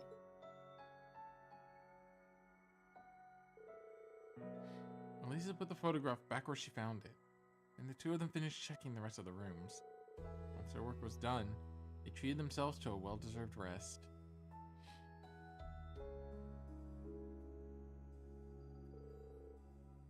Phew, that sure took a while, huh? Only imagine how much of a task that would have been had you had to do it all by yourself.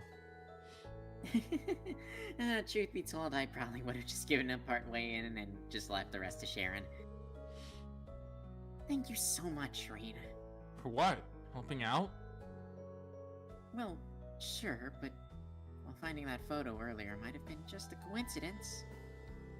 I doubt I would have looked around in Mother's room if you hadn't been there. If I hadn't, I never would have discovered that or realized that maybe, somewhere deep down, she really does care. I think you would have. Even if not today, you'd realize it eventually. She's your mother, after all.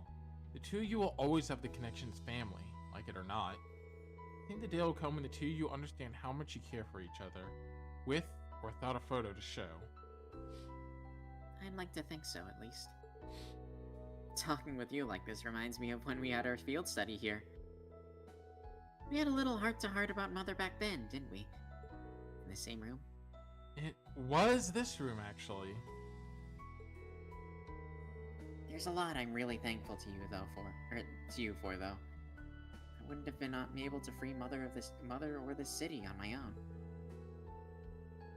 And this is hardly the first time you've supported me or helped me accomplish something when I needed it most. So for all the times I was too stubborn to say it, thank you, Reina. I hope I'll get the chance to repay you for this someday. For everything. Repay me? Well, anyway, thanks for all your help today. I'm just gonna be going now. See you later. Oh, right. Not sure what that was all about. I guess you better get ready to head out too. God, I love that one. Mm-hmm. Just Elisa finally starting to realize that Irina does care. It's the fact that this is kind of your start to realize how much Irina actually cares as well. Oh yeah, for sure. Like, up to this point, you've been left under a similar guise that, you know, I was just looking at all these new things we've been getting. Mm-hmm. You know, the same thought process that Elisa has, but starting to realize maybe it's not so simple. Mm-hmm. Anyway, was I elfing? Yeah, I was. Yeah. Last night I received an invitation to stay here. There's still some time until we have to leave, so I think I'll spend some quality time curled up with these books instead. Sharon's coffee can't be beaten either. In fact, I'm pulling myself away from here. Pulling myself away from here may prove to be a real struggle. Maybe I should join her for a while. She could use the company. Mind if I stick around a little longer? Not at all. We don't get many chances to spend time together like this, so let's make the most of it. Okay. Reen, you should know better. Oh, jeez, no. Reen can never say no to some of Sharon's coffee, and in fact, asked her to make another pot for them. With that, he and Princess Elfin spent some time perusing the countless books gathered in the library. Ah, there it is, playing with Elfin. Coffee has a really nice aroma to it. Doesn't it? Sitting back and enjoying a cup of Sharon's coffee engrossed in a book, I think I found the very definition of bliss. Well, I can see where you're coming from. Ever since it's amazed me how many books there are in here, or even the variety of topics and genres represented. I guess Gwyn had always had some pretty broad range of interests, though, so it makes sense that his library would be diverse. Indeed, that only makes it all the more difficult to decide which volume to read next. Although I must admit, I was a little disappointed to find one particular genre unrepresented here. Oh, which one? The titillating tales of love by fair ladies all across the Empire. Stories about the lives and loves of handsome gentlemen. Books that won the hearts of all who thrilled to their prose. She's talking about Yowie. Oh, those books. I remember you saying they were pretty popular at St. Estrella too, right? Cray just was lacking in that genre too until Dorothy came and seeded it with knowledge of her own collection. I was waiting until the Dorothy mention. So, does at least, have any interest in those kinds of books? It's so much more magical to just leave the truth of things to your imagination. Oh boy. We're talking about a realm created by and for pure-hearted maidens, after all. It's not a place where gentlemen should tread lightly. What the fuck? Okay. Fair enough. I'm curious, but not that curious. I'd at least regulate your corrupting influence, though. That'd be great. If that's truly what you wish, then I ought to respect your wishes. But teasing here is my most cherished pastime, so I'd really prefer to keep at it. I wonder if she realizes her struggles are mainly just for entertainment. Still, teasing or not, I'm glad Elise has at least one close friend she can depend on. Oh, speaking of entertaining pastimes, I actually learned of a delightful little card game called Blade from Sharon yesterday. Perhaps we could play a few rounds together. It sounds like fun. I accept your challenge. We can get the cards and began to seem like it would be a few quick friendly games of Blade. As I played though, things ended getting actually fairly heated. Each of them determined to come out on top while holding nothing back. In the end, they spent time playing together and was enjoyable at the time they had spent reading. We have somehow made it through this without Alphen making a single innuendo. This is really quite an amusing little game.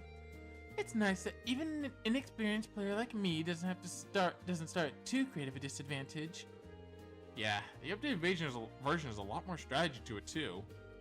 But I have a lot of fond memories of the version of the game. I almost can't help but like it. In fact, there was one who gave me my very first deck of Blade cards. Oh, really? It was sad to see the two of you fighting each other, especially after all you'd been through. What is it that forced the two of you to fight like this? Well, ultimately, I think it's just a battle of wills. Both of us are just too stubborn to give up and walk away. What do you mean? He told Princess Elfin about everything that had happened between him and Crow. As he went on dredging up those memories from what seemed like a lifetime ago, he went through a whole spectrum of emotions.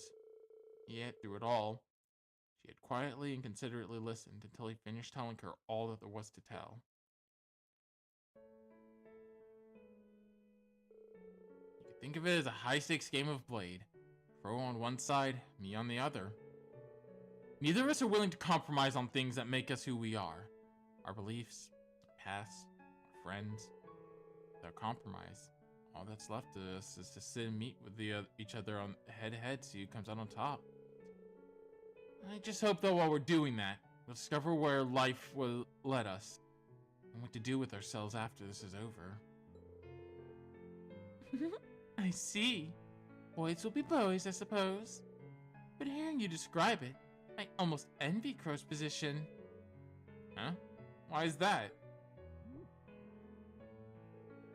Oh, I just meant Elise would probably think that if she were here now. Envying Crow, I mean. After all, it's almost like fate is pushing you and Crow together. It fills my imagination with thoughts. Alright, we almost made it through the whole bonding event. Yeah. Just a word to the wise. Guys aren't too hot about being paired up with their male friends when they don't lean that way. Well, like it or not, I consider myself fully invested in this little battle of wills now. So I intend to stay with you and see how it all pans out. You're more than welcome to come along for the ride, Your Highness. Wherever it may take us.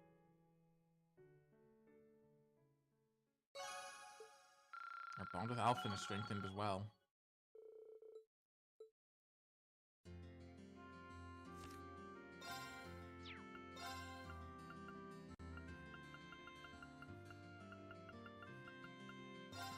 There she is. Boys are beautiful. Such a great... Well, okay. Alright, before we head back to the Courageous so we can end this on the, final thing we'll be doing tonight, which is the last Blue Blanc side quest for a while. Alright, there is one more character profile. I thought there was. I thought there was one that wasn't linked to... God, I wish I could stop hiccuping. Wasn't linked to any of that, and it is... this house. Yes, I got it right. First try, baby. Damn it. For the sounds of thing, you are wonderful. Quite a shock. You don't want to come with us. You're the first instructor. Oh yeah, you wouldn't be the first instructor. I thought you would be. I was like, are you not counting Thomas? You know what? I don't count him either. I'm not sure that means an instructor. I'm pretty sure he's just a menace to society. Anyway, she said she wouldn't be very helpful, and would in fact be more trouble. Alright. But... Alright. We got our recipe. We got Chapter 10 of Gambler Jack 2. We got Mary's book. We did all of our bonding events. Let's head... Not that way. That's not the right place. Hang on.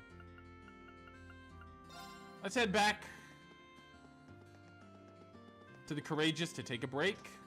And then we got a fun-ass quest ahead of us. Should I go check on Valimar in the hold? If I do, I probably won't have time to do anything else. And it looks like the maintenance is nearly finished. Alright, Sweet Blue, Chronicles, Vivi,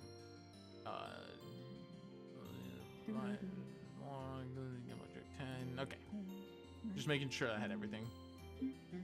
Board the Courageous.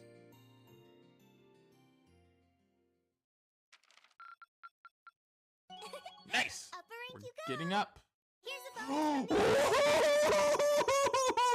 I was thinking, I was like, we should be close to it. I don't think I need to explain what domination does. We got it in the last game, and it's the exact same here. However, there is a difference. Now, using a buff doesn't count against you. You can buff and then attack and still get the domination buff. Oh, jeez. Oh, that is a delicious... That mixed with a certain Master Quartz that we are going to be... I don't think we have it yet, but we'll be getting it soon. You put that on Laura, and Laura can just tear bosses up in one shot. Anyway, if all was done right... You guys are really on the ball. I didn't S.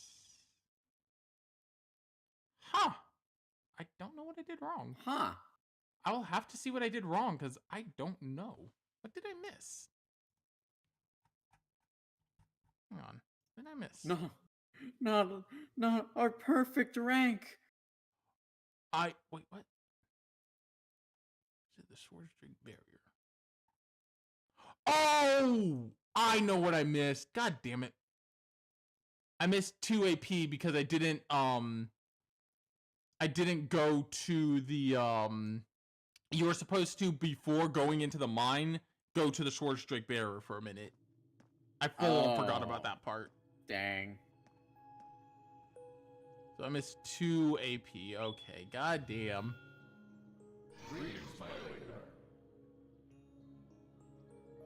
I still think we can get max rank. I just don't think we'll get max AP. Because I think this game isn't... I don't think this is one of the games with necessarily the most... with... I think this one has a little bit of leeway, is what I'm trying to say. How are you feeling, Valimar? The battle yesterday must have been pretty hard on you.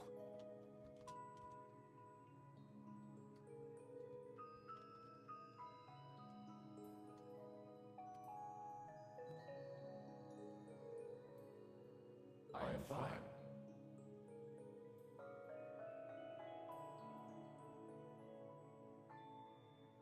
The damage to my armor and lost mana have largely recovered. I expect to be in peak condition before our next battle.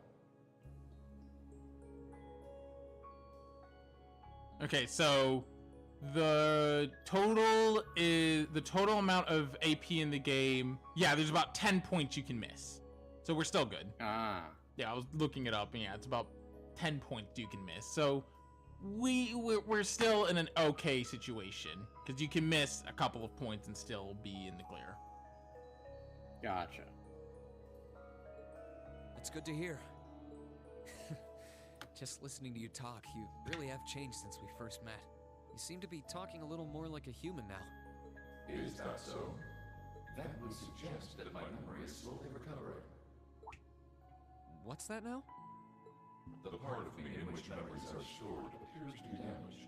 I have very few memories of the past, such as why I was sealed within the old schoolhouse to begin with. This includes my memories of language. Thus far, I have had to rely on the preset bare minimum of speech functionality. It's so funny that Valimar and Rufus share the same voice actor. However, And sadly, that just happens to be DC Douglas, though. my speech functionality is slowly beginning to restore itself. Does that mean that your memories of the past are starting to return too? It is an indistinct memory, as if clouded by white noise. I seem to recall someone burdened by a great sadness, much like yourself. That obvious, huh? I look that burdened to you? Someone died right before my eyes. I was powerless to stop them.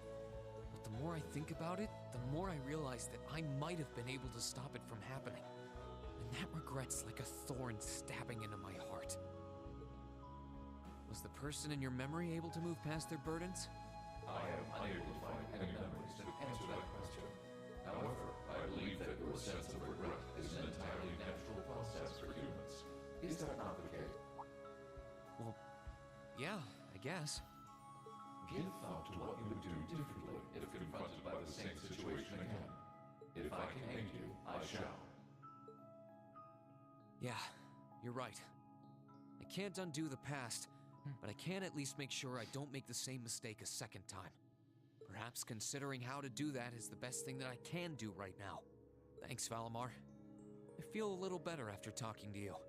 Then all is well. I am afraid I must return to sleep.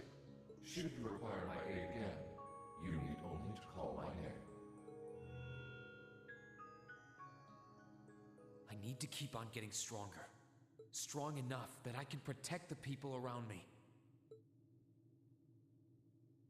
The ship's maintenance is probably almost done now.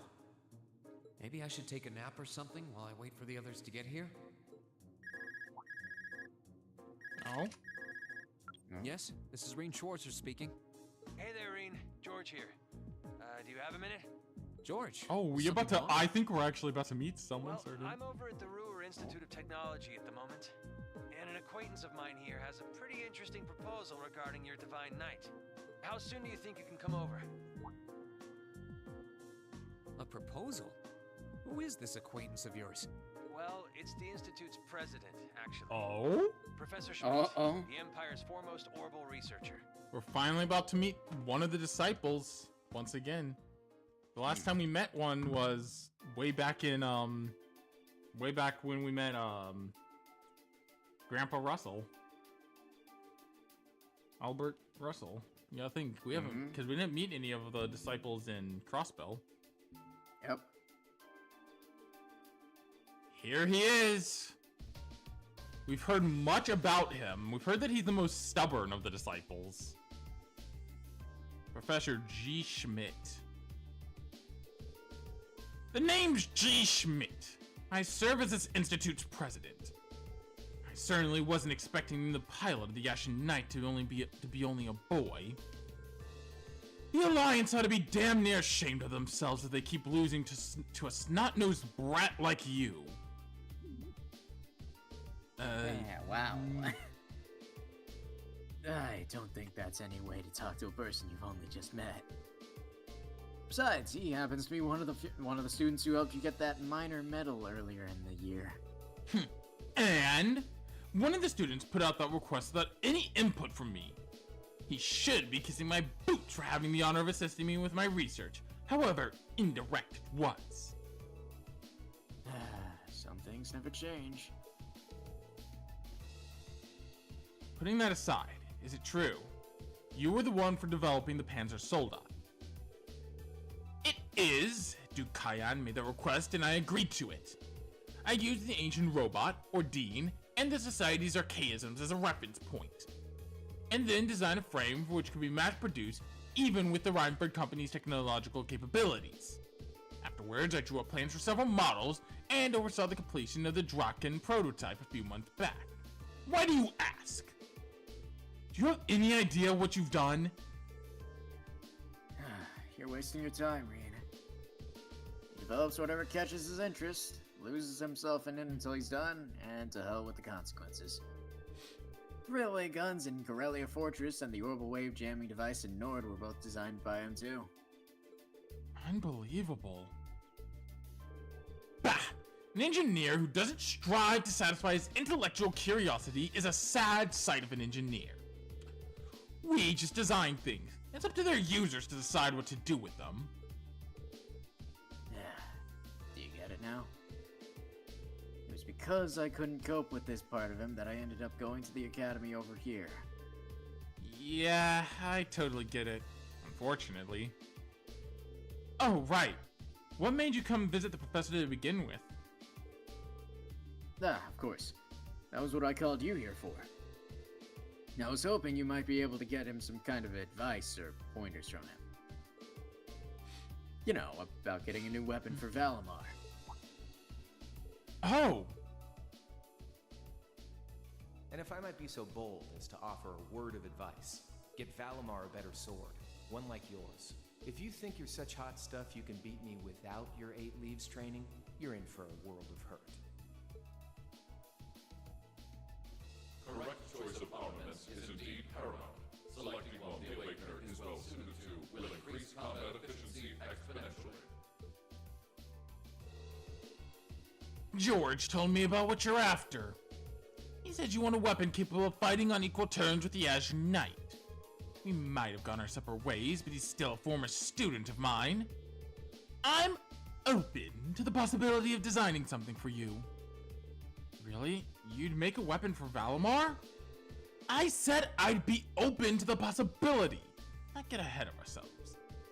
If you want my help, I have one condition. Zemurian ore. Ring any bells for you, Reen? I think so. You used it to make weapons for us before, didn't you, George? Oh, you know of it? Saves me the effort of explaining, then. It is an extremely rare ore found here in Zemuria.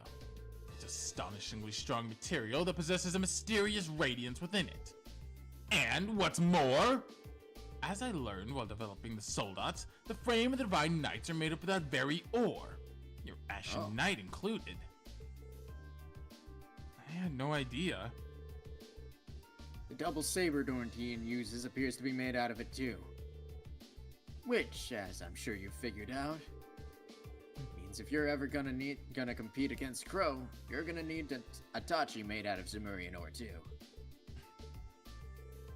To make one, however, you're going to need vast quantities of ore. Yet it was only recently discovered how to refine the ore at all. Processing it will be immensely difficult. But bring me the materials and I'll be willing to assist you. The concept of a weapon that can compete against the Divine Knight is one of great interest to me. Even when you're helping people, it's only to help yourself. It'd be nice if you were doing it to atone for helping developing the soldats, but I can't picture those words coming out of your mouth. The very thought makes me feel ill. Bear in mind, Zemurian ore is incredibly rare material, and don't find enough to get the job done. Still, should you pull it off, I'll design you the finest Tachi you have ever laid eyes on.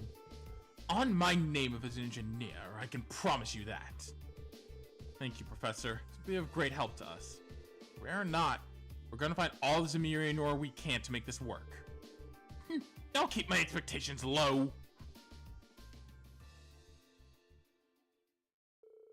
The advice Serene received on forging a new weapon for Valimar came from a surprising source. They could not have asked for better. After politely excusing themselves, Serene and George left the Institute and reunited with the rest of the crew. And once the maintenance was declared complete, they boarded the Courageous and departed from Ruhr. So yeah, what do you think of him, Keith? I understand George's feelings. I get it.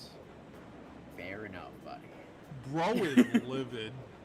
I would transfer out to this school too.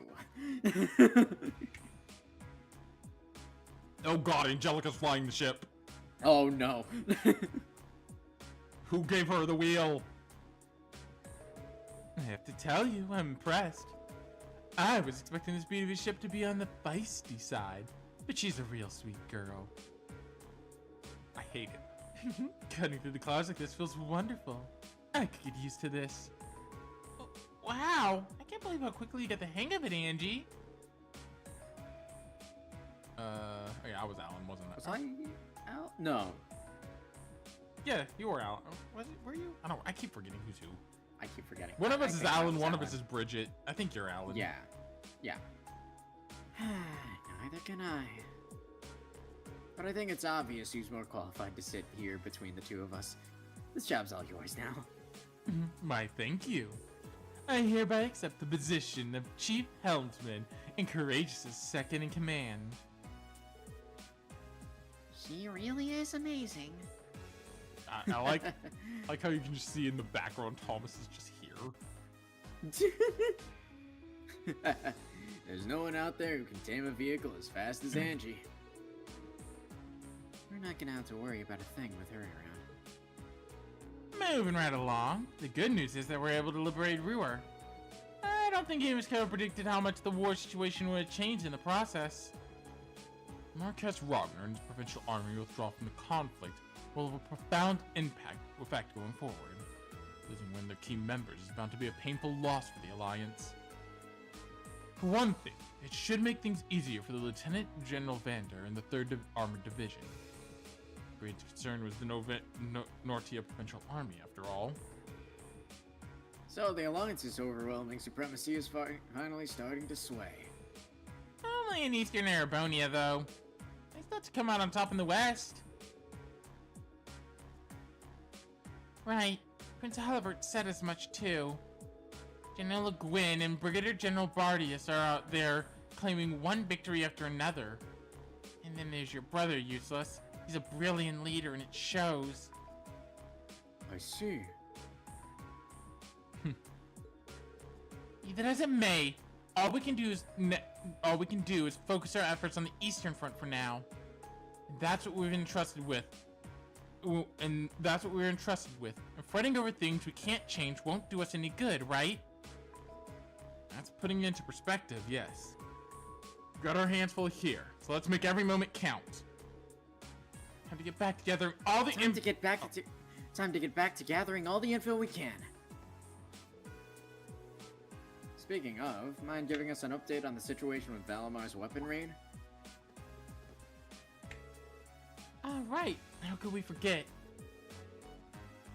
Professor Schmidt agreed to cooperate with us, didn't he? Cooperate is a strong word, Elisa. He only cares about what interests him. That it ends up benefiting us is purely secondary.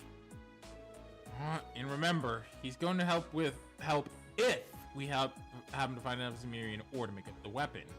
How we gonna get stuff that rare is beyond me, though. You said that Valamar himself is made of that ore, did you not? You wouldn't happen to have any ideas, would you, Emma? I'm afraid the Hexen clan knows very little concerning the creation of the Divine Knights.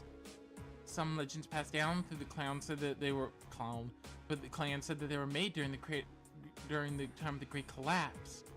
Specifically, they are forged by artisans who call themselves gnomes. Huh, that's an interesting name. I know the term from old stories, much like anyone else, but I had an idea of a band of artisans by that name existed. Supposedly, they once worked closely with the clan's ancestors, but somewhere down the line, the witches and the gnomes ended up parting ways. I didn't exactly tell you when. How curious. Gnogoblin, Gnogognelf. I'm a gnome! Maybe so, but none of that's gonna help us find any ore. Chances of finding enough were pretty slim to begin with. I know where you can get enough. But only if you're willing to overcome some very difficult trials to obtain it. You do? Oh, the cat knows. Really? Thank God. What do I have to gain by lying? You're aware of those strange ruins scattered all over the country, right? Yeah, we've encountered more than a few of these. We've encountered 3 of these. Oh yeah. Where the higher elements were active? Those are the ones. They're called spirit shrines. They were built on top of Septian veins long, long ago by the gnomes to encourage the formation of massive Zemirian ore crystals. Those crystals were, in turn, used to create the Divine Knights. So, if there's any place in Erebonia to start looking for the vast amount you need, it's there. I had no idea. Why didn't you tell us this before now? Am I supposed to be a mind reader? It wasn't exactly relevant until now, so why bring it up? No need to bite her. No need to bite our heads off. Hey, she told us right now, right? All we gotta do is go to one of those shrines and we'll be rolling in ore. Let's hope so. Got a lot on our plate checking up on the country, but exploring the shrines are best lead yet. No matter how difficult it might be, a little thing like a trial isn't gonna scare us away, right? Right! With the discussion come to an end, the destination had been decided. Before departing, Class 7 though, the thoughts about check if they had any new quests. 7 could be app that very tongue got tied. Alright, we got 3 quests. Gone Air. From Klein and Hibble. So here's the deal. The airliner got hijacked. Holy shit. Anyway, the sweetest of challenges. Client Blue Blanc. Dearest ladies and gentlemen, I have taken the liberty of calling upon you for a request of my own. Unbeknownst to my worthy rival, I have left a letter in the location indicated by the Blue Cross. I think you will find it well worth your read. Phantom Thief B. Yes. And then cruising for a bruising. Imagine Eustace Alberea weeping for the safety of his province's people as they're chased through the streets by ravaging monsters. Surely you would not let such a dire scene come to pass, would you? The battle is set at the North Crucian Highway awaits. Some Klein. This one's from Klein. I'm happy to see that Hibble's with him too. Not so happy about the airliner going missing though. Sound familiar? Yeah. An airliner Oh, going boy. missing. Jesus Christ. Airliner going missing. Oh, That boy, takes me why do back. I get a sense of deja vu? Kappas are at it again. God damn it, Joseph. I thought you guys turned over a new leaf. Doesn't seem like something we can ignore, dangerous as it sounds. Look at this one. Phantom Thief B? What's this about reading a letter? As if we have the time to be concerning ourselves with his pathetic antics. I know what you mean. Really? I know what you mean, really? Ignoring it might be even worse. Yep, we've got our work cut out for us. Hey, Reed. I want to help look out for everyone. Oh, you're gonna be on the team anyway. Let me come with you, okay? Of course, Fee. You're always welcome. You're always on the team. I think Celine and I should come with you when you're ready, when you're exploring the shrines too. I was about to say the same thing. And make sure you're ready before you go. I wasn't kidding when I said the trials were difficult. Alright. It's temporarily not possible to remove Fee from the party. I'm gonna put, for now I'll do Emma, Sarah, Laura, and I'll do Elisa as my support. Alright. Alright. And this, I mean, this is kind of my preferred team, alright.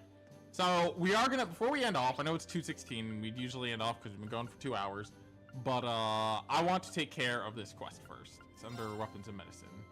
That's where the blue cross is. That's not it. No, maybe it's not on this side. Maybe it's on, maybe it's down here. Oh, Infirmary, maybe. Yeah, Infirmary, alright. I want to take care of this quest first, because this is our final Blue Blanc quest for a long time. Where is it? Over here. So what do you think he stole this time, Keith? Huh? A letter? Oh, right. It's probably from Phantom Thief B. This might have been what he meant by where the blue cross indicates. Yep, that's him, alright. What should I do, though? Honestly, I'm half tempted to just cram it in my pocket and keep going about my day. No, I think I should read it. It's just about a crime he's already committed. I hate to just be sitting here until later, and only to find out when I read it that it's too late to undo any harm he's done. So what do you think he stole? To my dear friends in Class 7, I've taken the liberty of preparing an enjoyable diversion to spice I mean, what up could he mundane steal? day-to-day lives What could a he little. steal? What kind of ridiculous thing could he steal this time? It could steal Wow. literally anything. Look The at sky's that. the limit. I'm already regretting opening this thing. Continue to watch your radiance from afar, ever dazzled by its brilliance. The radiance is no doubt the fruit of the bonds you share with one another. Bonds which today I wish to test. I wish to see how you act when the seeds of distrust and discord are sown among you, and I shall be watching from close by. To witness so rare and priceless an occasion, I will be stealing from you one of your beloved classmates! I hope you'll I don't- enjoy this little experiment. I know I certainly will. I don't think that's Steal one theft. of our I think classmates? I think that's just called kidnapping. Bro actually just stole a whole ass person.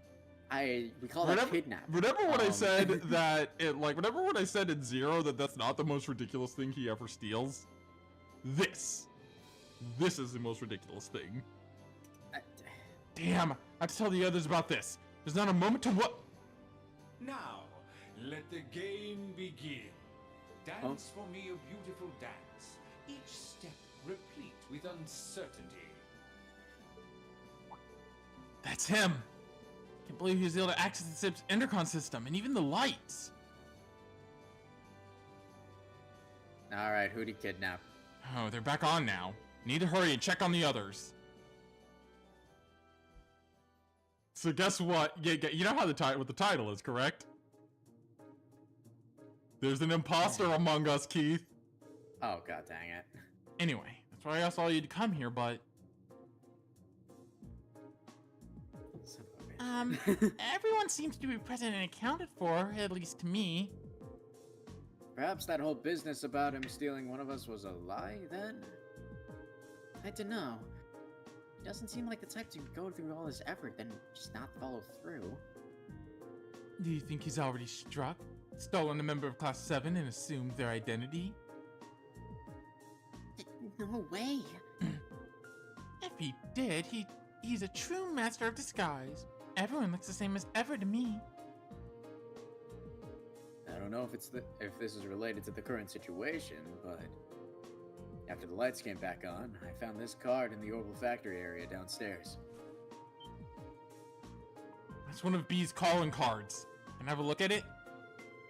George handed Reen the card, and he began to read it aloud. The theft has been conducted successfully. I am now among you. Wait, this is Among Us. He's among us, guys. So Angelica was right then. Wait, there's more. He's among us. Having established that, allow me to lay down the rules for a little game. Reen Schwarzer, you'll take up the mantle of detective. Your mystery is to discover whom among you I have replaced. Who's the imposter, guys? Oh my god. To make things a little more interesting, I will allow Sylphie to aid you as your assistant. Me? What a twisted man. This is all just some sort of game to him. Naturally, I've not taken the place of the detective or the assistant, and not of your tutor either. I have assumed the identity of another of Class 7's members. I look forward to your struggles to discover which one. Here's to your success. So are all potential suspects then? I sure hope he didn't choose Emma. If we exclude Reen, Fee, and Instructor Sarah, that leaves 8 people that could be him. Starting to sound kind of fun. As long as you're not suspecting me, then it wouldn't be much fun. Before we begin, however, I would like to set 2 rules in the interest of a fair and enjoyable game, of course. Rule 1. Questions must concern events that happened after you went your separate ways from the bridge. Inquiring about things that happened before then or about personal information I could not possibly know is strictly forbidden. Rule 2. You may not consult with anyone outside of Class 7. That includes the Purple Lightning. Should you violate any of these rules, I cannot guarantee the safety of your missing member. I would assume that by now you know me well enough to realize this is no idle jest. Well, that's everything. Sure can fit a lot on these cards. Look on the back. There's a letter. They sent me this letter. Look at the back. There's a note. Don't say anything that might break the second rule. Yeah, for their sake, I think it'd be best for us to just keep our mouths shut and let them figure this out out now. Indeed. We can't risk putting whoever he's taken hostage in danger. Why are you in this room? I got a little bored. I wanted to be included. I guess I'm the one off limits. I guess I'm in the off limits camp too. Can't say I'm thrilled to think that this creep is sitting right here among us. What'd you say, Angie? I really wish I had put the fucking Among Us on my soundboard by now. I just kept forgetting to do it. Indeed, especially when they can't even help Class 7 identify him. Just leave this to us. We'll get him. Well, okay. For now, I think it would be best for us all to leave the room then. We'll be sure to tell everyone on board to stay away from this room too. Good luck, everyone. Reen has called an emergency meeting. Alright, finally ready to get this started. Now we just need to decide how we're gonna work this out.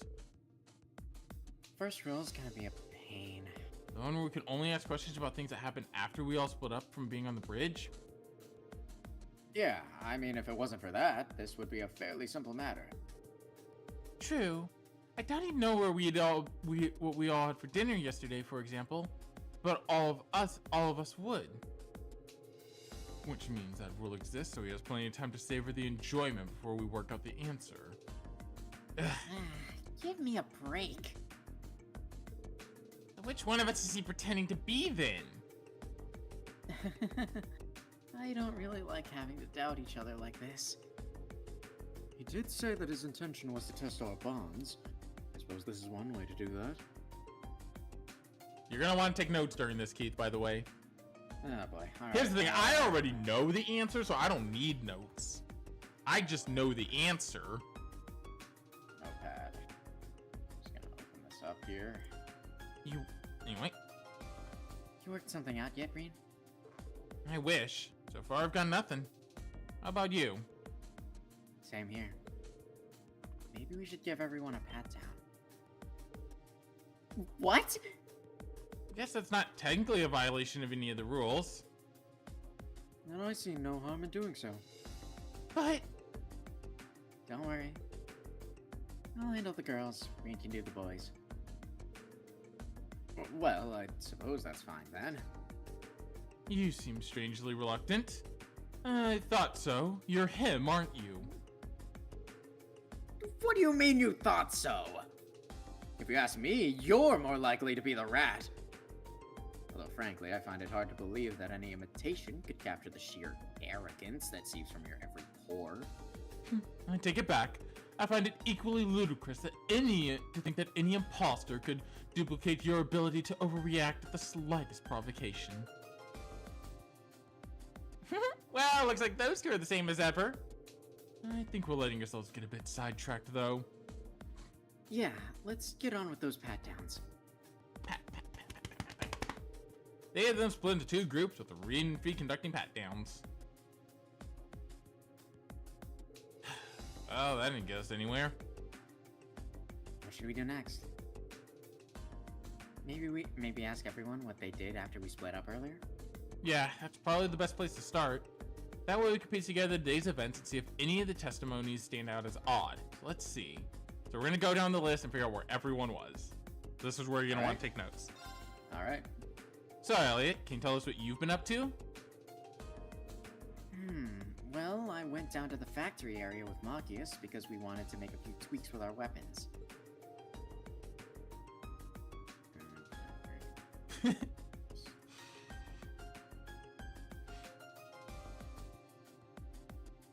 After that, Machias was still taking care of some stuff, but I hopped on the elevator and left.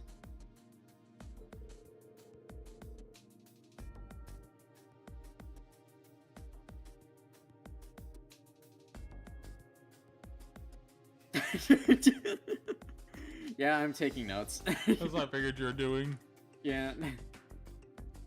I headed to the arts training room to see how the modifications went, and that's basically it. Right, so you went to the factory and got some weapon adjustments. Then went out to test your staff?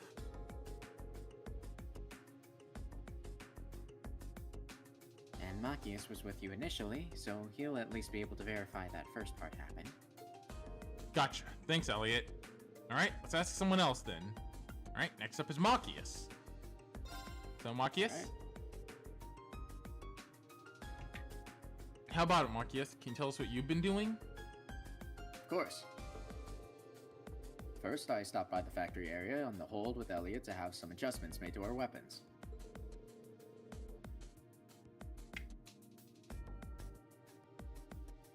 Elliot finished up first and left while I stuck around waiting for my shotgun.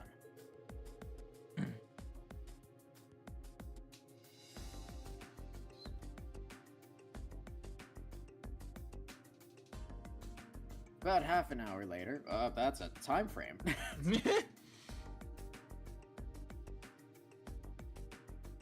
Machias would be the one to give a fucking time frame, the nerd. Thank you, Machias.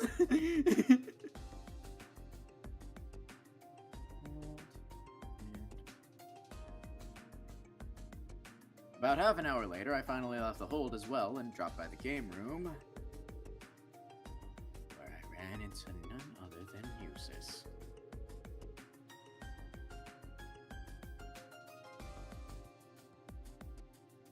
Game room, found Eustace. Inevitable confrontation. I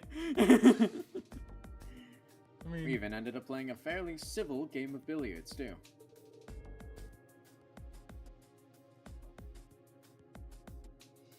We were still playing when all of this trouble happened.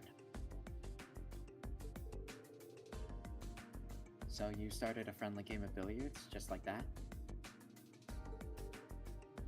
Aw, you're such good friends.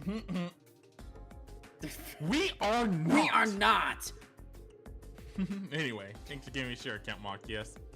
Alright, Thank you, so that's someone Machias. else. Alright, I guess we'll ask Eustace next, since Eustace would be, Eustace was playing with Machias, so. Mm-hmm. Can you tell us about what you've been up to, Eustace? Certainly. First, I went to the close combat training room, where I sparred for a while with Gaius. Let me know when I'm good to go on. Room. Sparred with Gaius. Okay. After practicing for a while, we parted ways, after which I went to the game room.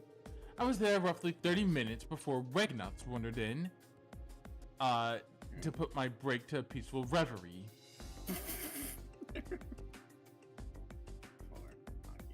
Arrives. Okay. So we went to the game room after sparring with Gaius, and then Machias showed up. Matched us so far pretty well. He's being his usual noisy self, so I figured I'd shut him up after besting him in a game of billiards. You just have to go and make yourself sound superior, don't you? Whoa, take it easy there, guys. Seems to add up with Machias' testimony. Yeah, thanks, Eustace. Alright, let's ask someone else, though. And it does match up timeline-wise about... Yeah. Because, remember, Elliot's weapon was finished, and then 30 minutes after Elliot left, Machias left. Mm-hmm. Can you tell us what you were up to, Gaius? First, I swung by the close combat training room where Eustace and I went a couple of rounds. Let me know when I'm good to continue. Go ahead. Eventually, we both left the room and we headed to the elevator together. We head to the elevator with Eustace, almost said with Gaius. Huh. Okay. I was the first to get off at the 3rd floor. From the elevator, I headed straight to our front deck and enjoyed the feeling of the breeze in my hair. So he got off the elevator and then went to the front deck. So you trained with Eustace, then went to the front deck. Thanks for your testimony, Gaius. Alright, let's ask someone else then. Alright, now to the girls' side. What were you up to during that time, Elisa? Well, I was hanging around with Milliam for a while. Alright. We were sitting and talking in one of those tables in the 3rd floor hall. Talking with Milliam on the 3rd floor. With Milliam.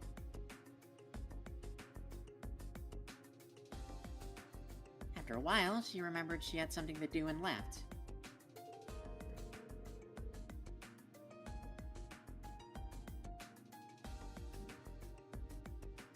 I stayed there, and pretty soon after that, Princess Elfin passed by and invited me into the royal room.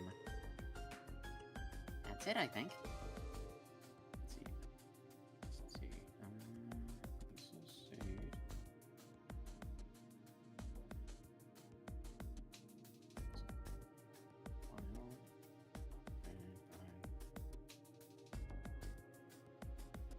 Okay. So you were with the princess? Thanks, Elisa. That was a big help. Alright, let's have someone else then. Alright, Laura!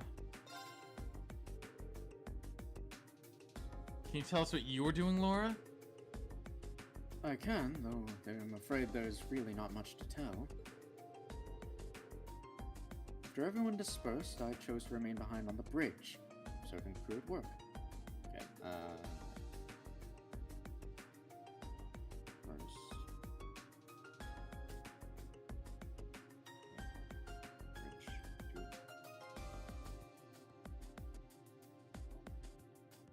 Oh, really? There's not really any point on inquiring further then. Thanks, Laura. Alright, so she stayed on the bridge, supposedly. Mm-hmm. Alright, let's have someone else. Emma? Can you tell us how you spent that time, Emma? Well, actually, I was with Fee the entire time. You were? Yep, she was. Celine was there too.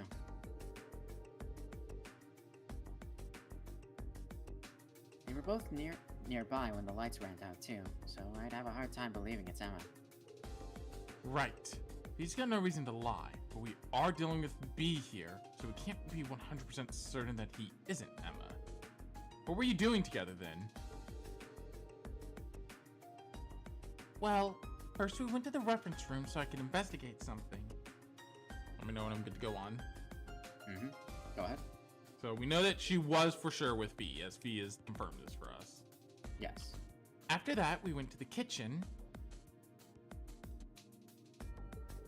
Okay. Does that all check out, Fee? Yep, all of it. Okay then. Thanks, Emma. Alright, let's get someone else then. And lastly... So, Milliam, can you tell us what you were up to during the time in question? Sure! First I was hanging out with Elisa on one of the tables in the 3rd floor hallway. Alright, so that matches up with what Elisa told us. Mm-hmm. We were just sitting around talking, though. But then I remembered my bear! Your bear? I got him from Gramps, and I finally got him back from the train while we were in Brewer. Anyway, I hadn't put him somewhere nice yet, so I went straight to the nap room to plop him down there. Alright. Thanks, Milliam. Alright, so that's everyone questioned. Okay, let's see. Well, that's everyone. Still, just asking everyone individually may not be enough to prove anything. Someone could be lying.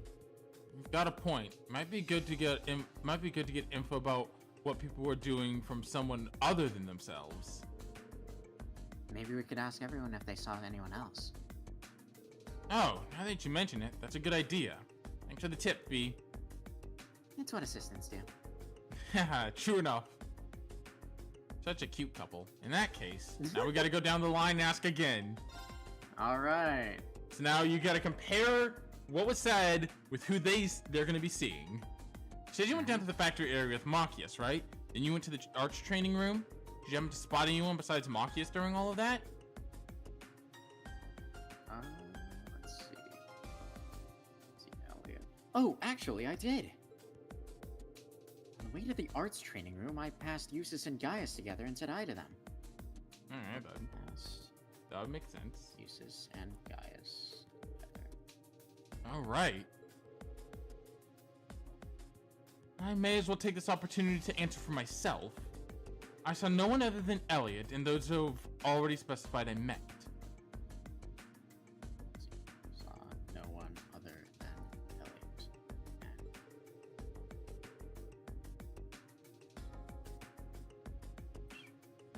As for me, I saw Elisa sitting alone at one of the tables on the 3rd floor when I went down there. I'll give you a bit to catch up on writing. Yeah, So Eustace saw no one other than Elliot and the people he's mentioned, and Gaius saw Elisa sitting alone at one of the tables on the 3rd floor. okay. Assuming everything that we've heard earlier is true, I must have been there after Milliam left, but before Princess Alphen arrived. Alright, that gets a few people out of the way then. Okay. Okay, let's ask the next person. And that actually knocks out a few of them. Machias, you see anyone? You met with Elliot, Eustace, and Eustace, right, Machias? Did you happen to spot anyone else while you were going about your business? I did, actually. I noticed Emma and Fee as I entered the game room. Alright, so I noticed Emma and Fee when he was in the game room. That must have been when they were headed to the kitchen area. You saw Emma and Fee into the kitchen. Got it. I didn't realize anyone had seen us going in there. Same. I must have let my guard down. And there's no need to feel bad about that. You were just walking around the Courageous, not infiltrating a secret base. Alright. Elisa? You said you saw and talked with Milliam a while before she left. Then later you were invited to the royal room, right? That's right, yeah. Other than them, I did see Gaius pass through after Milliam left. Okay.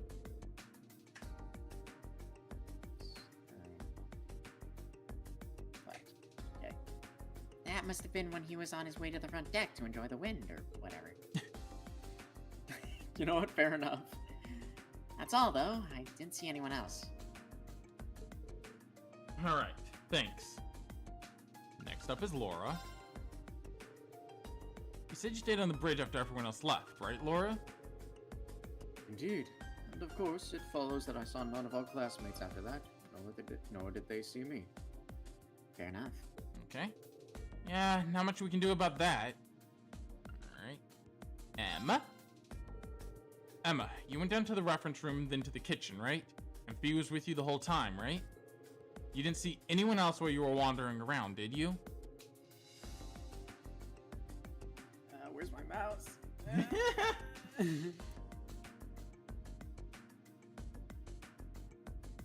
You can answer this one, right?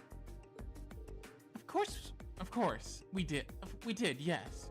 While we were on our way to the kitchen area, we saw Eustace into the game room. I didn't see anyone else, though.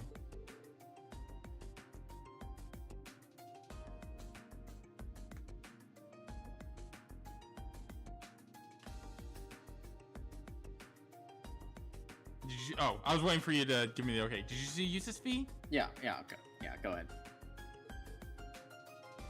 Yep. That's a relief. Just knowing that it isn't conclusive proof that Blue Blanc isn't masquerading as Emma. But oh well. So after you finished talking with Elisa, you went to the nap room, right, Milliam? Did you see anyone other than Elisa during all of this? Nope, not a... Oh, that's you, right? That's Yeah. you. Nope, not so. No, I wish I'd stayed there, though. They might have gotten invited to see Princess Elfin, too. So Milliam saw no one. Well, never mind that for now. Well, I think that's all we're gonna get. I'd say we got enough evidence. Okay, we've asked everyone here what they did and if they saw anyone else while they were doing it. That's, how do I zoom out? That's a lot of notes I had to take.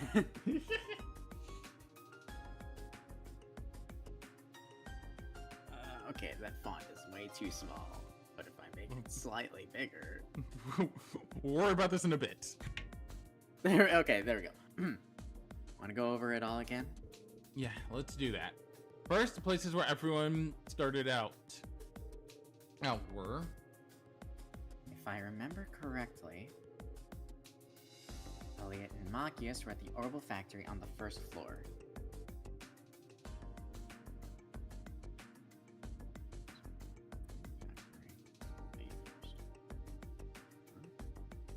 This is all information we already know, so they shouldn't need Yes. notes I'm to- just like compiling it all. Yeah, in order, since Fee is doing it right now. Fair enough. Uses and Gaius were in the close combat training room on the 4th floor.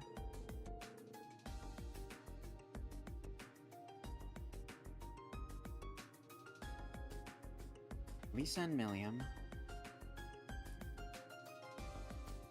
Tables, the 3rd floor hallway. Elisa and Milliam were at one of the tables in the 3rd floor hallway.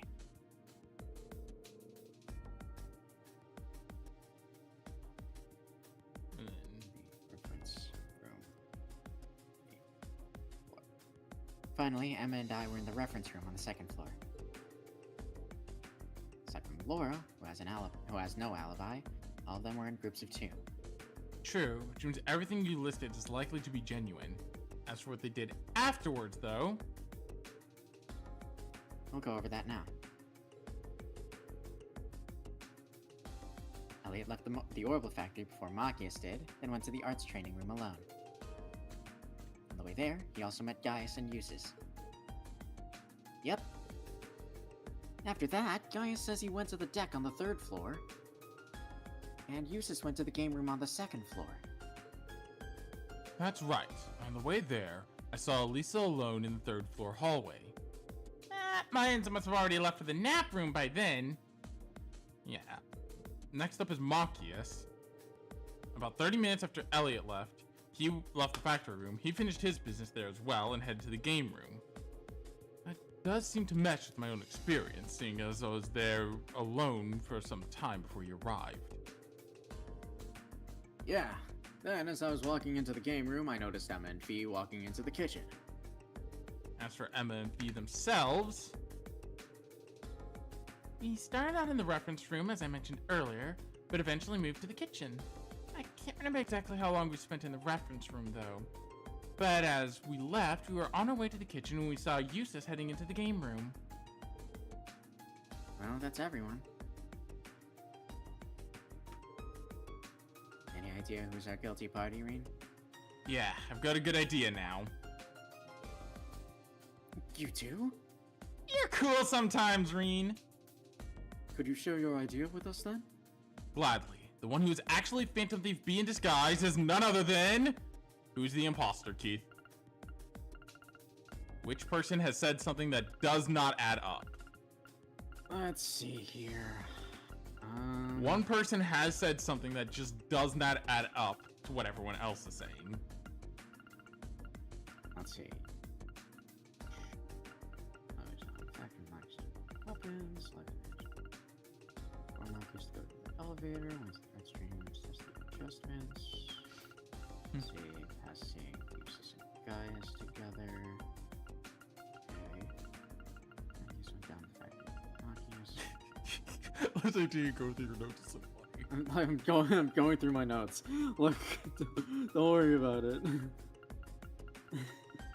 I'm going through my notes, seeing if I actually wrote down the inconsistency. Who knows? I might have just straight up missed it. That's a real possibility. Let's see. Who said something that does not add up? Drop by the game room. Certain conflicts of... Billiards. Happened. No, so just hold the button down the whole time and I keep scrolling. So you notice MNP.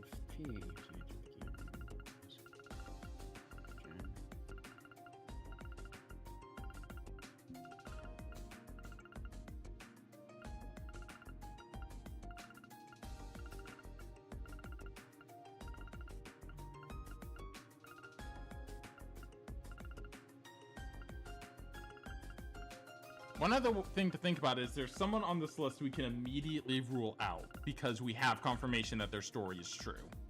Mm-hmm. We have confirmation that one person in this list, we have 100% confirmation that their story is true. And we can likely rule them out. As their version of events match as their version, like I said, their version of events was confirmed for us.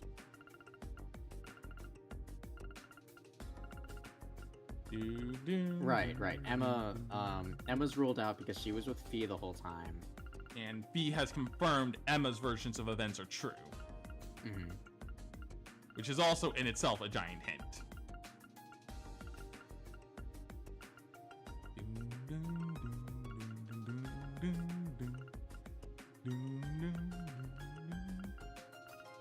I'll give you till 250.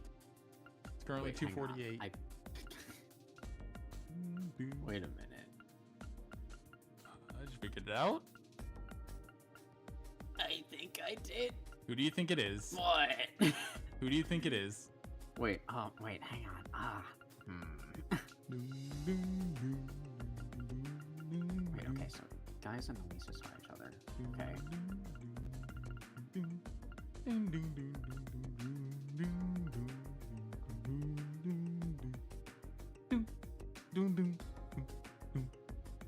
Wait, hang on. She's playing the fucking Jeopardy. Wait, hang on. Wait a minute. Emma and Fee noticed hang on, I'm locking in Eustace. You think it's Eustace? You think it's Eustace? I think. You are incorrect. Damn it. Think about what Machias said. Emma and Fee walked into the kitchen and saw Eustace alone in the game room. Machias said he saw them go into the kitchen. Right. Oh, right. Okay, fair enough. Eustace was not the imposter. Damn it. You, Machias! Why me? What's your evidence? Well, Makia said he saw you and Emma into the kitchen area, right? But if he did that, where does that leave Emma's testimony? Oh, right. Fair enough. In the Japanese version only, one of the updates added you'll get a bonus AP if you pick Emma. Since her story technically contradicts with Machias's, meaning you have to decide whose story is true. But the thing is, Emma's story is backed by Fee, and we know that Fee isn't, lying, because we know she isn't the Phantom Thief, because Blue Blanc, for what it's worth, does play by his own rules. Right. If he sets rules in stone, he's going to follow those rules. Because remember, even in our very first ever Blue Blanc quest, back in FC, when the quest became incompletable, completely unwinnable because of something outside of his control, he disguised himself so we could win it. Right. Because he was like, well, that's not fair. I set this up in this way, and things just happen to get shifted around. Anyway. You mean the fact that she saw Eustace enter the game room? That's right. Those two testimonies are at odds with each other. After all, Eustace said that Machias came by the game room roughly 30 minutes after he himself arrived, right? That's correct. Which means... Exactly. There's no way Machias could have seen Emma and Fee when he claims he did. It's just not possible. Well, you say that. But what if it's Emma who's in the wrong? It's true our testimonies contradict each other, yes, but why assume mine is more suspect? Because Emma wasn't the only one who saw Eustace. I did too. Which makes you our number one suspect. Indubitably, my dear Fee. Oh my god. The doppelgangers are amidst none other than Machias. I'm sure of it. The game is up, Phantom Thief B. Show yourself.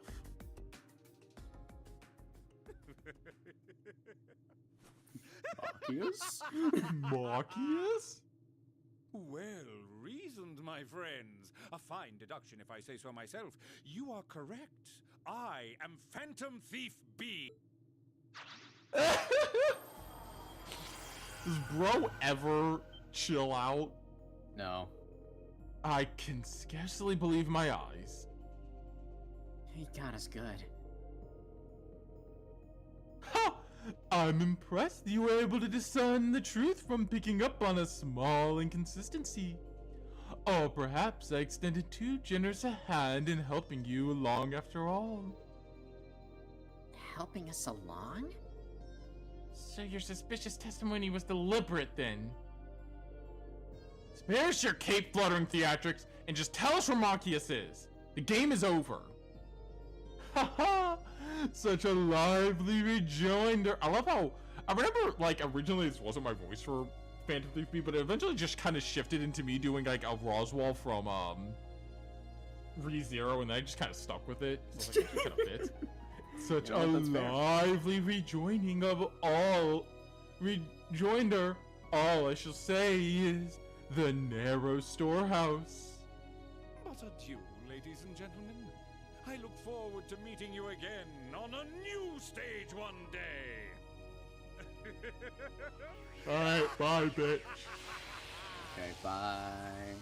And that was our final Phantom Thief B quest. How does he do that? Never mind that now. We need to rescue Machias. At least didn't make that clue all hard and stuff. Yeah, I can't think of anywhere else other than the storage room on the 3rd floor. That would fit the description.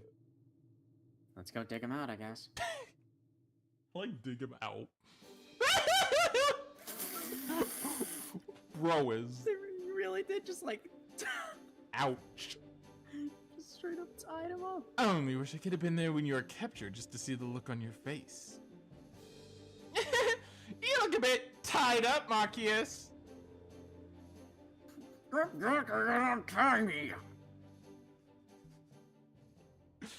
And thus, with Machias saved, everyone else set about trying to find Phantom Thief B. Unsurprisingly, he was nary to be found. Still, they had at least managed to avoid any harm from his antics. So, for the most part, all's well that ends well. And thus, there's no more Phantom Thief B throughout the series up to this point.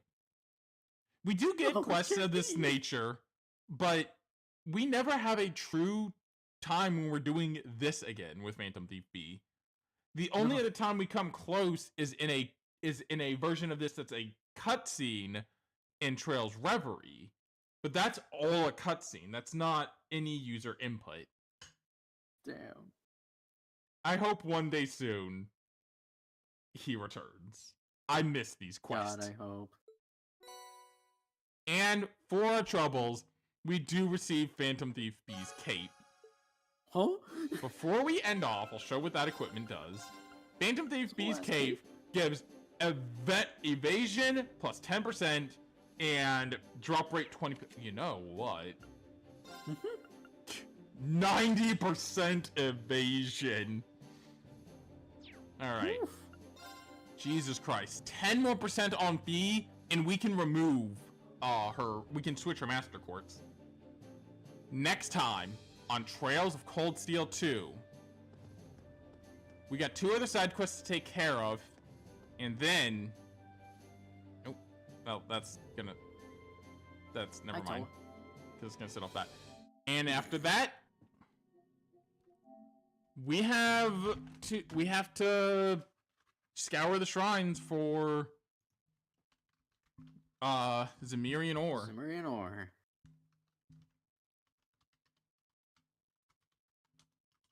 Phantom Thief. Among Us. Among Us. That was such a that whole quest is just Among Us. Yeah, I love the fact that it's like, who the fuck is the imposter? And you figure it out, I was like, oh. There is one Phantom Thief among us. Let's go raid Blood Moon, playing the Coffin of Andy and Lily, whatever. Ah, yes. The incest game. Yes. The game that got way too much controversy. It's like, guys, stop it. Chill. You go raid Blood Moon. Tomorrow will be LA Noir. Might be one of the final ones. It is gonna be one of the final ones. And I'll say this, not the first case, but I'm pretty sure the second case will be quite special.